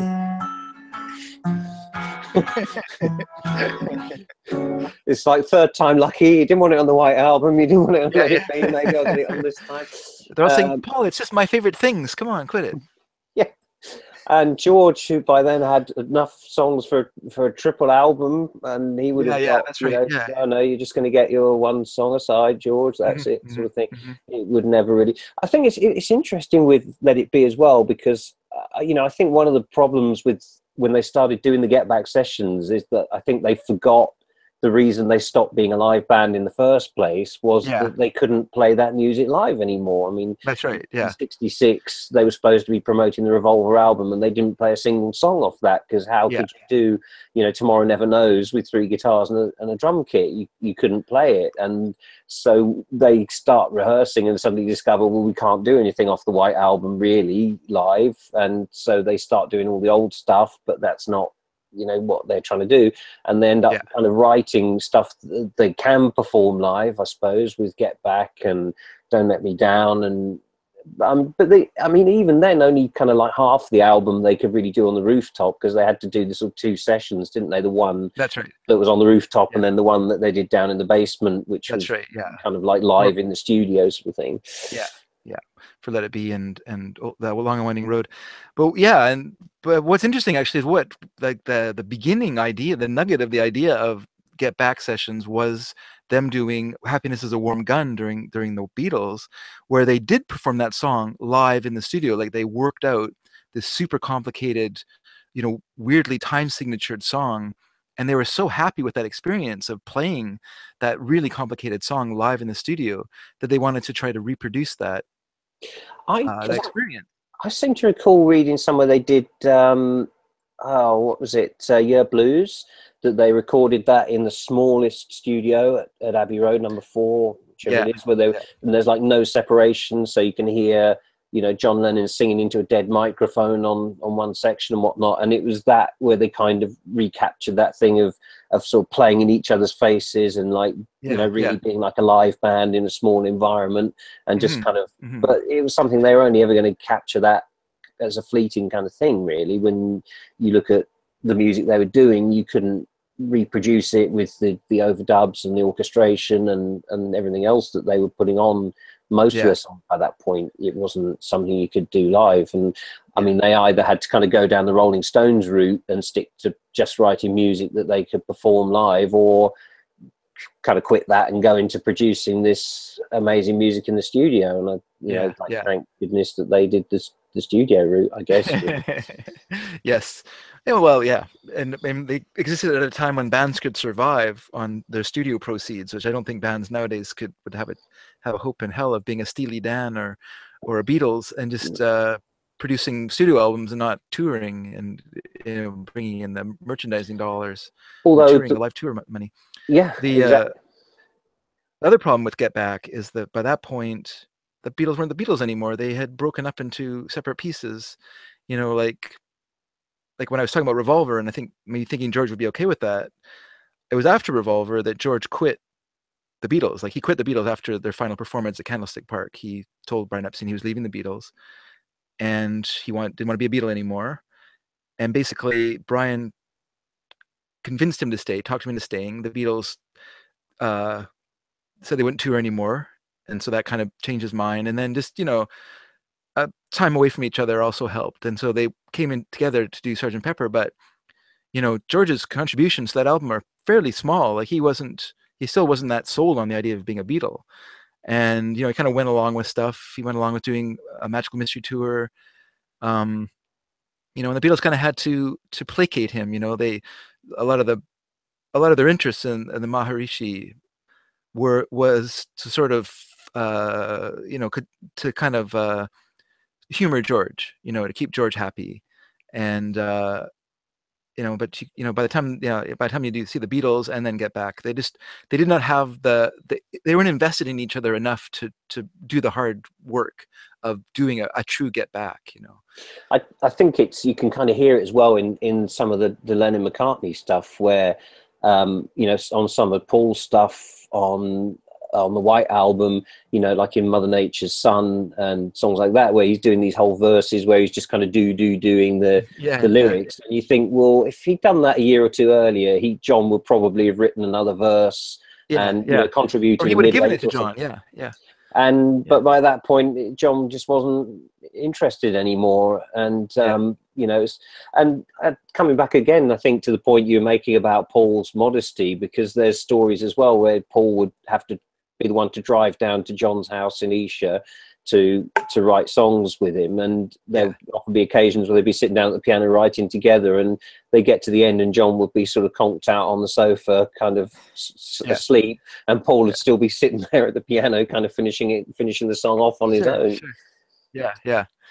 Their working methods were interesting. There is that great section in Hunter Davies' book about the Beatles, where he happened to be a fly on the wall while they're writing with a little help from my friends. And so you get to see them, they're working out the song very quickly. And then I was reading a little interview with Larry Kramer, who produced Jimi Hendrix, and I believe he worked with the Beatles, or with the Rolling Stones, sorry. But he also worked with the Beatles at Olympia Studios when they did Baby You're a Rich Man at that studios. And he talks about how efficient they were, like how quick they were working in the studio, which is weird because that was at a point where they were very unfocused and did a lot of in-studio jamming and a lot of wasting their time. But I guess when they were having to pay for the studio, Olympia, they had to pay for, unlike Abbey Road, where EMI, you know, just kind of gave them full head there. So they went into Olympia and just worked it out really quickly and efficiently. So that's interesting. I think it's definitely a sort of part of the reason that they were able to do what they did, because I know Paul said that a lot of people approached them and said, you know, why don't you come to America? The studio, the facilities in America are 10 years ahead of what you've got in Britain. You know, you've got 4 tracks in Abbey Road. You can come to the record plant in New York and it's got whatever 16-track recording. But it, as you said, I mean, the beauty of it was they could just go into the studio whenever they wanted for as long as they wanted and spend 3 months in there, and nobody was kind of, you know, going, this is costing $500 dollars an hour or whatever for doing this. I think there's a story when Eric Clapton came in to do the guitar for While My Guitar Gently Weeps, because he and George used to live near one another. I don't know if you've read this story in Eric Clapton's book, and he said, you know, they were driving, George gave him a lift into London and was moaning about how, you know, oh, John and Paul aren't taking me seriously and they're not even going to bother playing on this song, and I'm, you know, so fed up with it. And he said, why don't you play guitar on it? And Eric said, well, I can't do that, I'm not in the Beatles. And he said, it's my song, you can, you know, I can have whoever I want on it. And Eric said, well, I haven't even got a guitar. And he's, well, I've got Les Paul on the back seat, you know, you can use that. And Eric Clapton came in and said, you know, you could see how quick John and Paul worked, and they were very, you know, he was under pressure to produce. But he also said he couldn't believe how many takes they did, that they would just do, their rehearsals were the takes, whereas with Cream you would do all your rehearsals, and then when you were ready to record you go in and a couple of takes and you nail it. But the Beatles would just evolve the song as they went through it in the studio. That's right. No, that's right. I mean, the band that came into Abbey Road immediately after the Beatles finished Sgt. Pepper was the Zombies, who did Odyssey and Oracle, still using a lot of the Beatles equipment, the instruments and stuff that had been left behind by the Beatles from the recording system. So the Zombies are able to use John's Mellotron on the album. Their album cost £1,000. That's what they had as a budget. You know, on the other side of that, one song, Strawberry Fields Forever, was 55 hours of recording for them to produce that song. So you can see that 55 hours of studio time. I have no idea what a studio would cost in those days, but I'm sure that was more than £1,000 for that one song. Yeah. And if they were being charged for it, you know. But I mean, there's going to be 3 engineers plus George Martin, who wasn't an employee of EMI at that time. So he was contracted, so he's being paid. So they're paying for all this manpower, studio time that other bands aren't using, 1 or 2 studios that the Beatles are hogging for their album. And it's a very curious situation. And you can almost understand why EMI, maybe part of why they wanted to put out Strawberry Fields and Penny Lane, was to recoup the studio costs for these two singles that were just eating away at their budget, their own budget as a company. I You guess. know, Although, I mean, I suppose the luxury for EMI was that they owned the studio, so it's not that they were having to hire it. It was kind of no, there anyway, I suppose. I yes, mean, it is. But I mean, other bands could be. I mean, it's still space that people rented to use and rented to, and paid the engineers and stuff. So EMI theoretically, I mean, if the Beatles weren't spending hours and hours at a time in there, other bands could be paying for that space and using it. So it's yeah, it's I'm sure it was a somewhat of a financial, not as much as it would be just to rent it, obviously, because there's going to be a markup in that cost. But it's yeah, it's interesting. The difference between a small time band, I put that in quotation marks, like the Zombies, who at that point of their career were pretty near the end because they weren't very commercially successful. Uh, you know, their budget of £1,000, which essentially they had to um, you know, cry and plead to get out of the record company to do this album. Uh, the Beatles, their luxury that they had to produce, but to the Beatles' credit, they took that and produced some, obviously some of the greatest music ever made. They did not, I they don't, I didn't don't, take advantage of it. I don't think EMI did too badly out of that I deal, don't did they? think TMI has ever felt that. And I mean, and it's interesting, isn't it, that the Beatles are still pushing technology? I mean, I was reading a little while ago about 8 Days a Week and the new version of Live at the Hollywood Bowl, another CD I have not got yet. But and they're talking about the fact that they wrote and created a specific piece of software for the sound, for taking the noise out of that album, and it's not transferable to another artist. It's written specifically for the sounds of the Beatles, to pick out their guitar, bass, and drum sounds and stuff like that out of this mass of basically sounds like a jet engine testing facility Yes. that they're playing in, and it's such a clean reproduction. Like, they took out so much noise that they actually had to add noise back in to so that you could hear like that it was live. So it wasn't just them on their own. Somebody turned Yeah, up. yeah, that's right. Yeah, yeah. And Yeah, it's yeah, and amazing. It's such, so in the days when Ron Richards, created automatic double tracking for them, because John was too lazy to keep on doing his double tracking after he sang his lead vocals, to now when they're still pushing technology for the Beatles. It's amazing. although I think the ADT thing, although it was for John being lazy, but it did create, it was like its own effect. It did create a kind of unique sound, didn't it? Because Yeah, it's not the same as a double track vocal. There is you can hear a difference to it. yeah, and yeah, yeah. and But it wasn't created to be different. It was created to make it easy for the Beatles and the fact that it allowed for phasing and stuff like that later is entirely, one of those happy uh, accidents. yeah, exactly, And exactly. and another, I don't know if you've heard the Love album, Yep, which love that sort of album. Beatles mashup, which again I think is great that their music's still being used in Yeah, ways yeah, that's new and innovative and letting you hear it in a completely new way. It's great that it's sort of alive and it's not just sort of in a museum kind of collecting dust under a bit of glass or whatever. yeah, yeah. So I guess one other thing that I didn't get onto, which maybe we could just touch on briefly, was we were talking about different guitar players, and I John Lennon, I think, is as a guitarist, he doesn't. Again, I think with all of them, they don't kind of get the credit they deserve. But I mean, in terms of some of the riffs that he played, things like Day Tripper and the arpeggios, the sort of claw hammer stuff he's doing on Dear Prudence Mhm. Yeah, and stuff like yeah, that. I mean, it's quite intricate stuff, and I think with Julia, I believe it's just John who plays yep, the yep. guitar parts on that, Just by and himself. Yeah, it's and nails it. I mean, he wasn't a slouch really on the guitar, even though he was maybe the rhythm guitar player and never the lead. Well, though he did play lead, I guess, didn't he, on Get Back, yeah. at least. So yeah, just interested to hear what you think of John, really, I suppose, from a guitar playing point of view.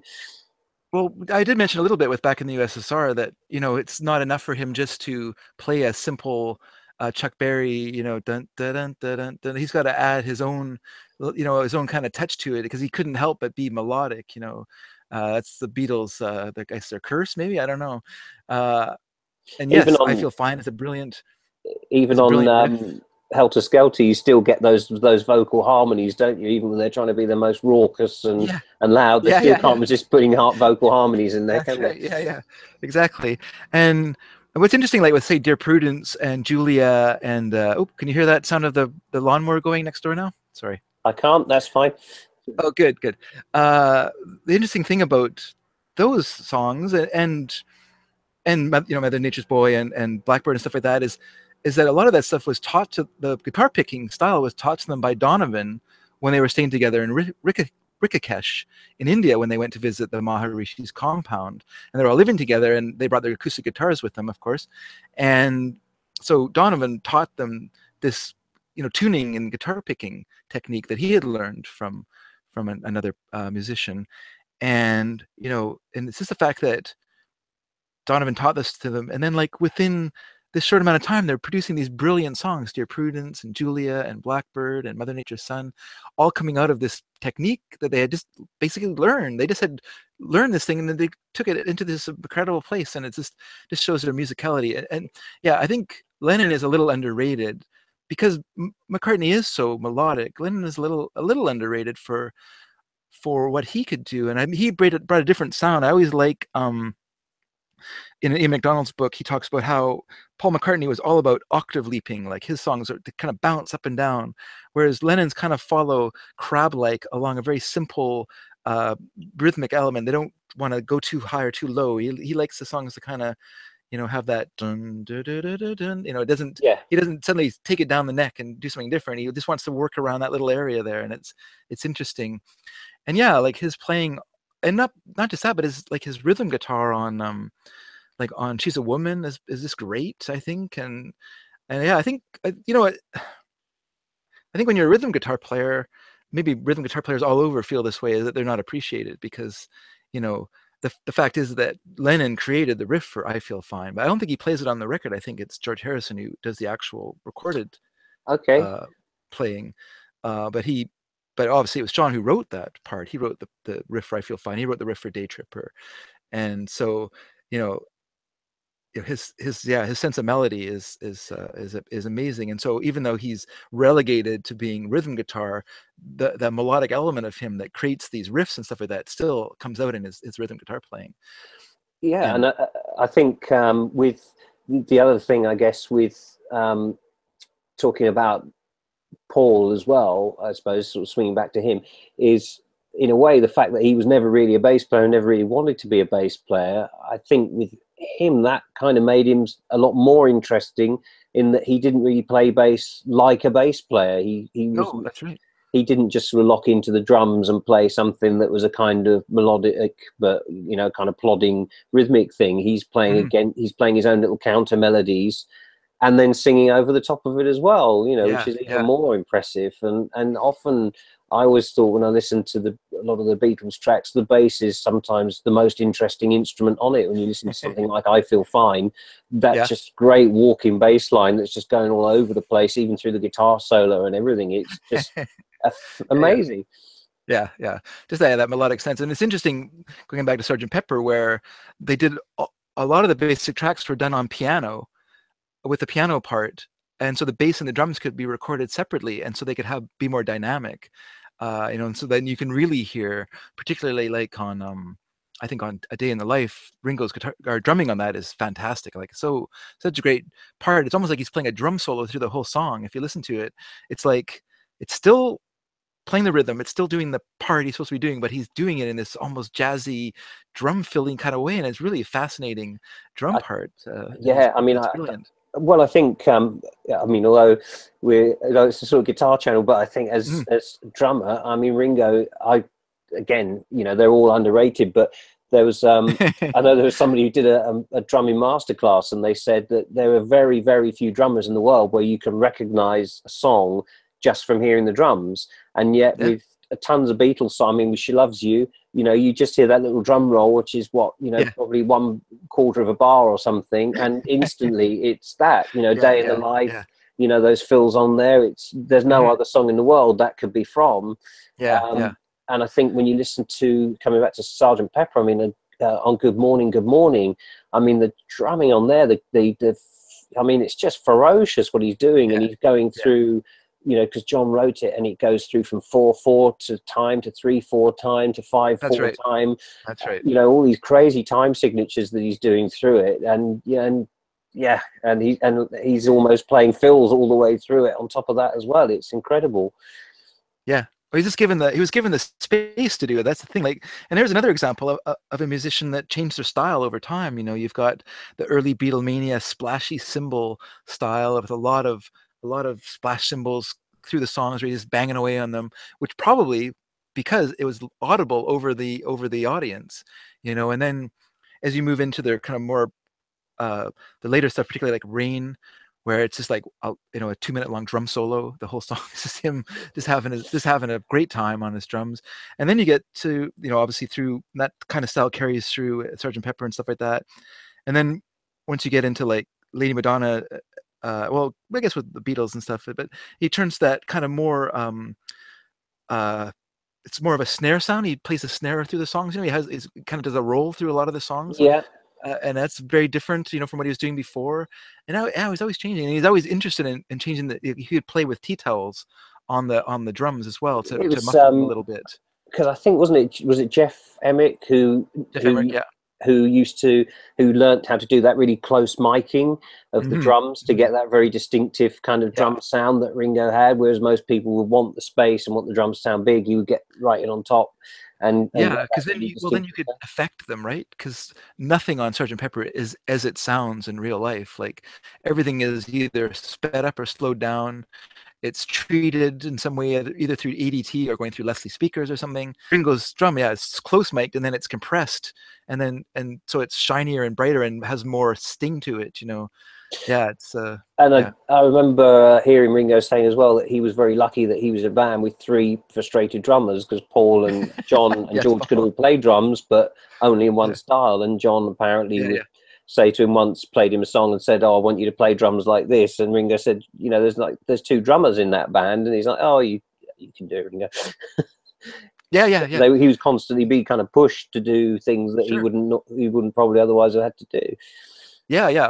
I do think that like the drum pattern that was created for sorry. It's all right, don't worry. Why can't I remember that song now?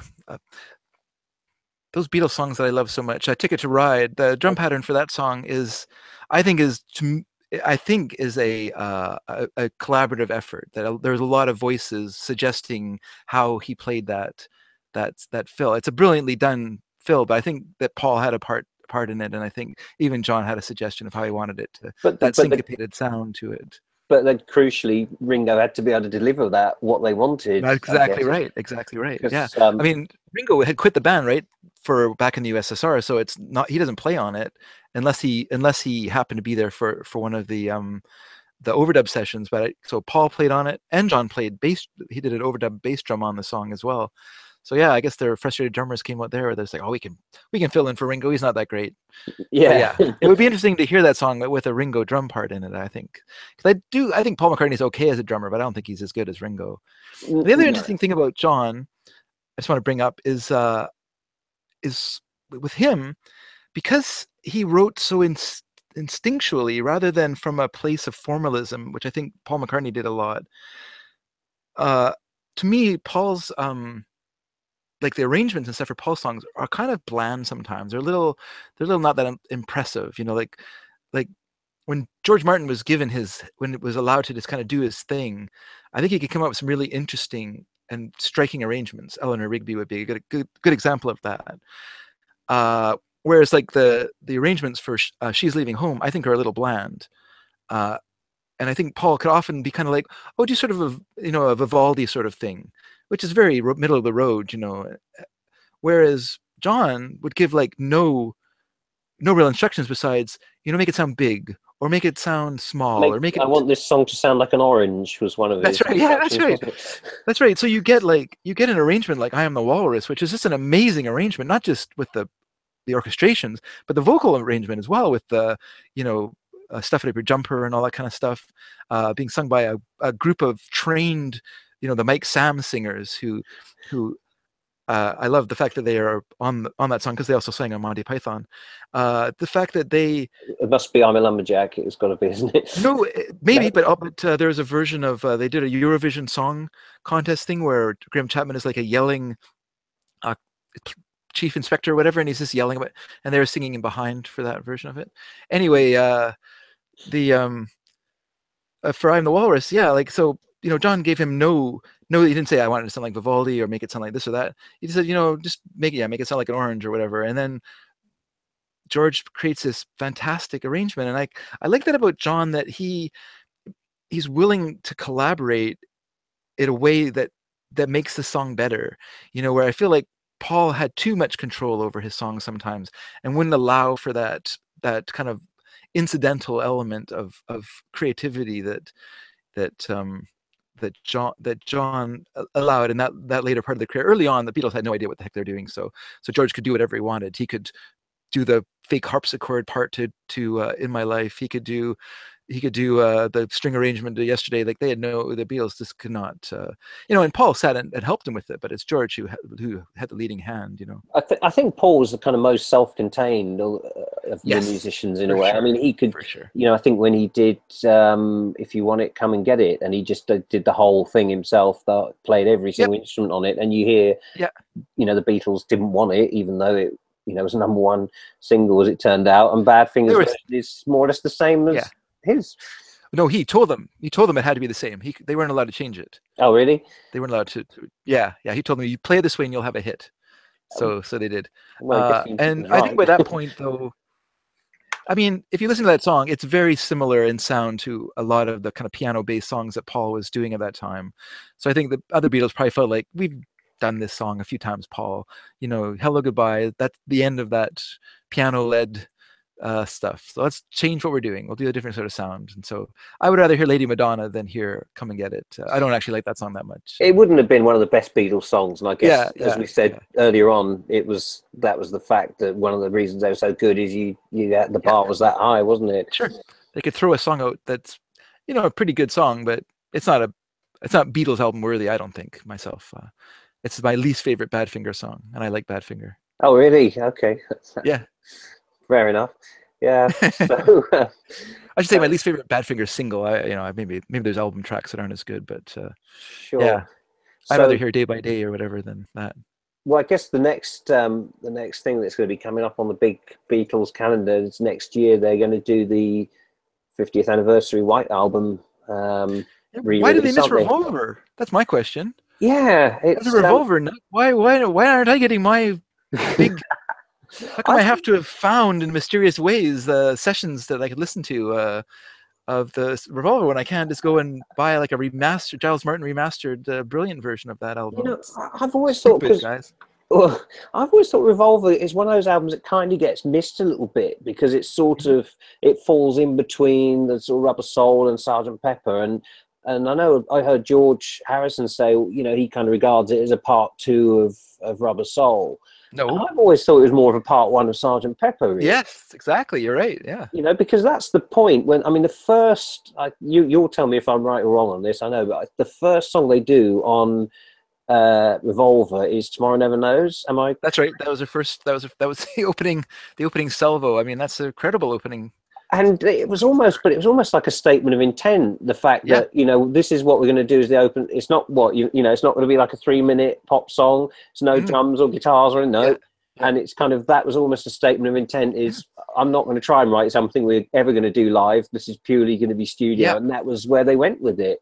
And it was almost like they'd taken that step away from being a live band, even though they were still touring, on Revolver. And then to me, Sgt. Pepper was sort of Revolver but with bells and whistles on, that they had even more scope in terms of time as much as anything to really go to town on it, whereas with Revolver they still had the pressure of they had to do it in so many weeks because they got a tour coming up and all the rest of it. But in terms of where they were going at that point, I think that they were already on that path with Revolver. It's funny with Sgt. Pepper, they actually did have to rush the ending because Paul McCartney had arranged to go to America. So when they recorded the Sgt. Pepper reprise, I should say, I don't know how to pronounce that, because we have Reprise Records here in Okay. Okay, so not sure. So it's a reprise, right? Anyway, it doesn't matter. The when they did that, they had a limited time. They basically did in like 11 hours. They just did like one super session of all of them just playing together, singing together, and just quickly knocked it off because he needed to arrange to he was going to America to visit Jane Asher, and he'd already had made the travel plans. So yeah, so it was in a way it was sort of it did have a time limit, but yeah, not like Revolver where there was, you know, there was a tour booked like 2 days after they finished Revolver. They were on the road. Yeah. They're in Germany. Then they went to Japan. Then they went to the Philippines. Then they went to the United States and had their most disastrous, most terrible tour because of the Jesus comments of John Lennon, which, you know, were taken out of context, put on the front of a teen magazine in England or in America before they got there.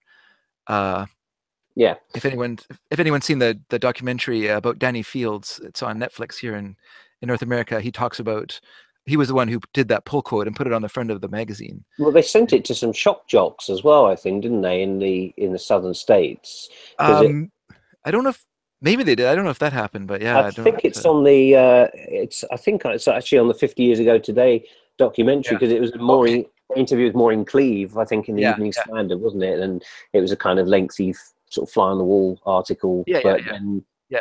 somebody I think in the States picked, and I believe it was some of the southern shock jocks who got hold of this. And Well, that's right, because it was through this magazine, like a kind of a teen beat sort of magazine that this guy was an editor of, and he, you know, he read this interview and he thought, oh, that's really interesting. So he put that quote that the Beatles were bigger than Jesus on the cover of this teen magazine. And of course, that, you know, it wasn't like in the thinking section of a British newspaper, the weekend section or whatever, where you know, no one paid attention, or you know, it was embedded in this deep, long article. It was like on the front cover of a popular, super popular, big selling teeny popper magazine that was, you know, running images of the monkeys and stuff like that. And you know, and suddenly here it is. The Beatles are bigger than Jesus on the front of this magazine. Whoops. So yeah, anyway, yeah. So they did this grueling, insane tour, and I mean that's why George quit at the end of yeah. yeah, I think he never really liked playing live at all, though. I don't think. Because I I'm read sure they a. enjoyed it I'm sure they enjoyed it for a while, and then because you've seen that 8 days a week, right? I mean, it's amazing Mm, how good they were, even when they couldn't hear themselves. How yeah. spot on their their harmonies and stuff are. It's amazing. Like they could just harmonize without hearing each other. It's amazing how. Well, it's interesting. Even when they were doing, even by '66, when they're doing Paperback Writer, which they kind of had to do because it was the single, and Yeah. when they came to do the vocal harmonies in it, they could do them live, but it's just, whereas in the studio they kind of got these layered harmonies where they Hmm. multi-tracked it. When it's just John and George singing it, it sounds really thin, and you see, you know, Yeah. George Yeah. in the Budokan where the police are kind of patrolling and the fans aren't Yeah. Yeah. allowed to make any noise, and George is kind of like waving at them when they do the tricky harmonies, so they'll start screaming and cover up any, you know, cover it up a little bit. Yeah. Yeah. I mean, who can blame them? I mean, by that point, yeah, they weren't even writing on the road. I mean, they weren't, you know, before they would work up their songs in a live setting, and by that point they just couldn't be bothered, you know. So they're just, you know, it's just so different, and no one could hear them anyway. So what did it matter? And then you Yeah. get to a setting like that where people are being respectful because they're controversially performing in a temple. Uh, Well, it was you know, also because the police were patrolling around, and anybody who mm, made any noise or looked like they were going to get a bit out of control would be yeah, dragged out. So yeah. they were. Well, that's because it was so controversial that they're performing there. But It was I, had people outside protesting against them being there and stuff like that at the time.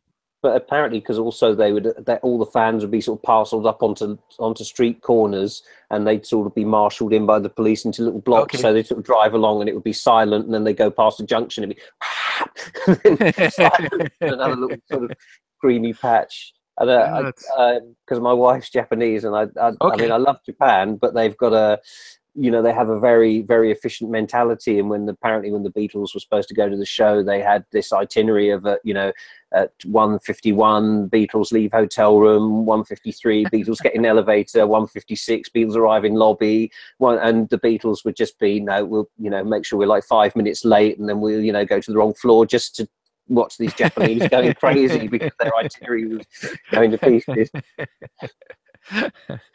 Yes. So there you go. Beatles, they're so funny. Such funny guys. Yeah. Yeah, So, it's interesting because to go from that sort of setting of where they played as a unit of four to now they were playing as individuals in a studio, you can start to see why things started to kind of come apart for them as a group, you know. and I think I guess sort of because to sort of just wrap it up, I suppose, because we're kind of taken up over 2 hours of your time now. So, oh my gosh. I have to edit Sneaky Dragon still. Come on, that's good.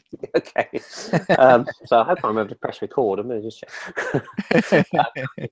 But I think one of the other reasons that the Beatles remain kind of so up there is that they quit when they're at the top of their game. And Abbey Road, I think, is, for me, it's probably the best album they ever did. I prefer it to Sgt. Pepper. And it's the last thing that they ever did. And they were absolutely at the top of the game when they did it. And they never came back and did a reunion tour. No. They never came back and did another album. You know, I mean, the stuff I don't really think is you know, Beatles material, really. And so they never came back and sort of did it all again. And well, it's not really as good as it was back in the day. You know, they never kind of diminished their reputation in that way. They've kind of left it where it was at that kind of high point. Yeah, Real Love came really low on that worst list as well. And when I read that, I was kind of like, is that really fair? I mean, it's not really the Beatles. It was just them kind of giving fans just a little treat because they're doing this anthology show. I mean, yeah, I guess thank goodness that George was so stubborn. I mean, he was probably the main roadblock to there ever being any kind of idea of a Beatles reunion, if there ever was an idea. Like he just was so opposed to it. Well, in every way. I mean, he apparently did it because he was down to his last 10 million, I think, wasn't he? After Handmade Films went down the tube. He will. You know, he was embezzled, so he essentially embezzled. So he wasn't looking so good. But I mean, 10 million, that's pretty good. Although he had Friar Park, so it's probably pretty expensive to upkeep. So which he mortgaged, didn't he, to pay for Life of Brian? Apparently, so he wanted to see the film. So the story has it. Yes, but but he was younger then. So that didn't seem like such a, you know, I'm sure I can make it back. He said to himself, I'll put out a record and it'll be fine.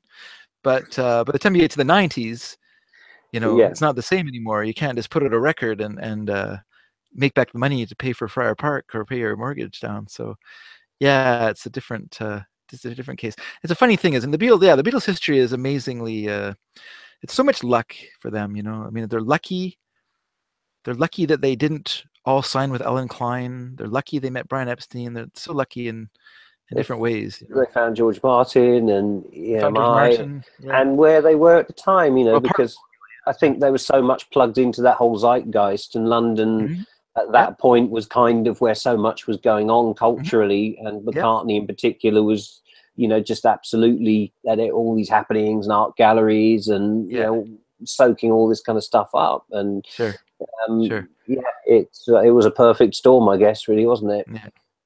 And then they just ended at the right time. They ended when rock music, well, they ended when pop music stopped being important and rock music became important. And I think that was sort of a natural stopping point for what was essentially a pop band, you know. And even though they could do work in a rock idiom, as we talked about earlier, they weren't wholly given over to it. So they still, you know, things like the Eagles and stuff like that borrowed so heavily from the Beatles' Abbey Road sound, you know, they still might have had a foothold in the 70s, but really, who wants to be the Eagles?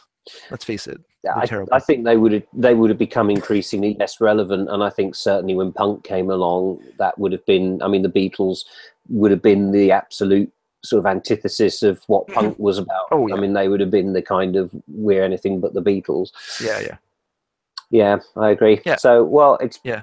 listen, it's been fascinating talking to you, and Thanks. I could go on for many more hours, but Yeah, me too. but there you go. Me too. It's Life the goes on. Beatles. Lots to talk about. It's the So Beatles, much to but say. yeah, but well, indeed. Well, listen, I hope you get your deluxe first class version of the Sergeant Pepper I will. CD soon. I look forward to hearing what you think of that, and I'd recommend the 50 Years Ago Today DVD as well. That's well worth checking out, and I'll have to start filling out my Magical Mystery Tour, looking for the DVD for that as well. I need to catch up on that one. So It's yeah, interesting. thanks. So much new stuff has come out. It almost feels like we should do like sort of a roundup episode of Completely Beatles, just to talk about the 1+, the video release one, and 8 Days a Week, and the Hollywood Bowl, and now this. It's amazing. Well, So they just really put it I'd be listening to it if you do one. So yeah, you got one one subscriber already for that all one. right. Yeah. But it just makes me wonder, you know, how when they do this for the White Album, how many CDs is there going to be for that? I mean, how much extra material they're going to dig out of those sessions? That's going to be a monster, isn't it? I would think. But well, it'll have like the demos, like, so it'll have, Jealous Guy, or Child of Nature, and Circles, and all those songs that George and John and Paul had been writing on, because I think they did like 18 songs as demos when they came back from Rikakesh. Like, they'd written so much stuff there, so that would be basically one CD full of just the demo versions of the songs. So that would be interesting, and to hear those cleaned up and not as the 8th or 10th generation that you can find them on the internet would be so great. yeah, So great. Yeah, I don't care what they say about bootlegs. Like, bootlegs come out day and night, and people will listen to them and stuff like that. But if you put out a nice package and clean up the sound and present it, as an official Beatles product, people will be really interested in it. So, I think it's, like I say, I love listening to tracking sessions. I have a lot of Beach Boys things that I found over the years that I just love to sit and listen to. Brian Wilson go talk to the musicians and hear their various songs as they develop, and that would be fun to hear with the Beatles as well. I'd like to hear rehearsal stuff and just hear them working up the music, and I look forward to it. The evolution what I'm saying of it. Is, bring it on. That's what I'm saying. Bring it on. 10 volume, 10 CD set. Come on, guys, you can do it. It'll happen. You're right. People are going to buy it, so why not? Yeah, why not? Yeah, because what's important is that the farther we get along, the closer we get to Let It Be coming out. Because they cannot do a reissue of the Let It Be album without putting the movie out. Would be impossible. Yeah. So that would be the greatest thing ever. All I have is a Laserdisc copy of that, and I would love to actually see that movie in DVD, Blu-ray. Because all I've got I managed to download a version of it from the internet, but I'm curious whether does the laser disc, does that have like any extras or any? No, it's just the movie itself. It's literally just that. Because there's got to be a ton of outtakes, hasn't there, from the Let It Be film? But I guess the question is, how much of that do they want us to see? Maybe, I don't know. That's a problem. That is a problem. But even if they just put the music on and left out the between song friction, that would be interesting enough. George punches John or whatever it was. Yes. But that was off camera anyway. That was in a different room. So, but yeah, but even things like when they're in Apple Studios and they're recording there. I mean, there's times when you can see, I believe her name is Heather Eastman, Linda's first daughter, is there. Is there in the studio while the Beatles are rehearsing and doing their songs and stuff like that. So, I mean, I'm sure when the guests were there, they had to keep it calm. So I'm sure that would be interesting to watch, to see the interaction of the Beatles family and stuff like that with the Beatles. I'd be into that. But yeah, I am a Beatles nut. There's a few of us around. Great. So yeah, lots to look forward to. Anyway, It's been a pleasure. It's been absolute fun. Thank you so much for your time, and I'll let you get back to your colouring and your sneaky podcast editing. Thanks. All your other projects that keep you busy. Yes. Thank you. All right. Okay. Well, take care. Okay. Thanks, David. Bye-bye. Bye now.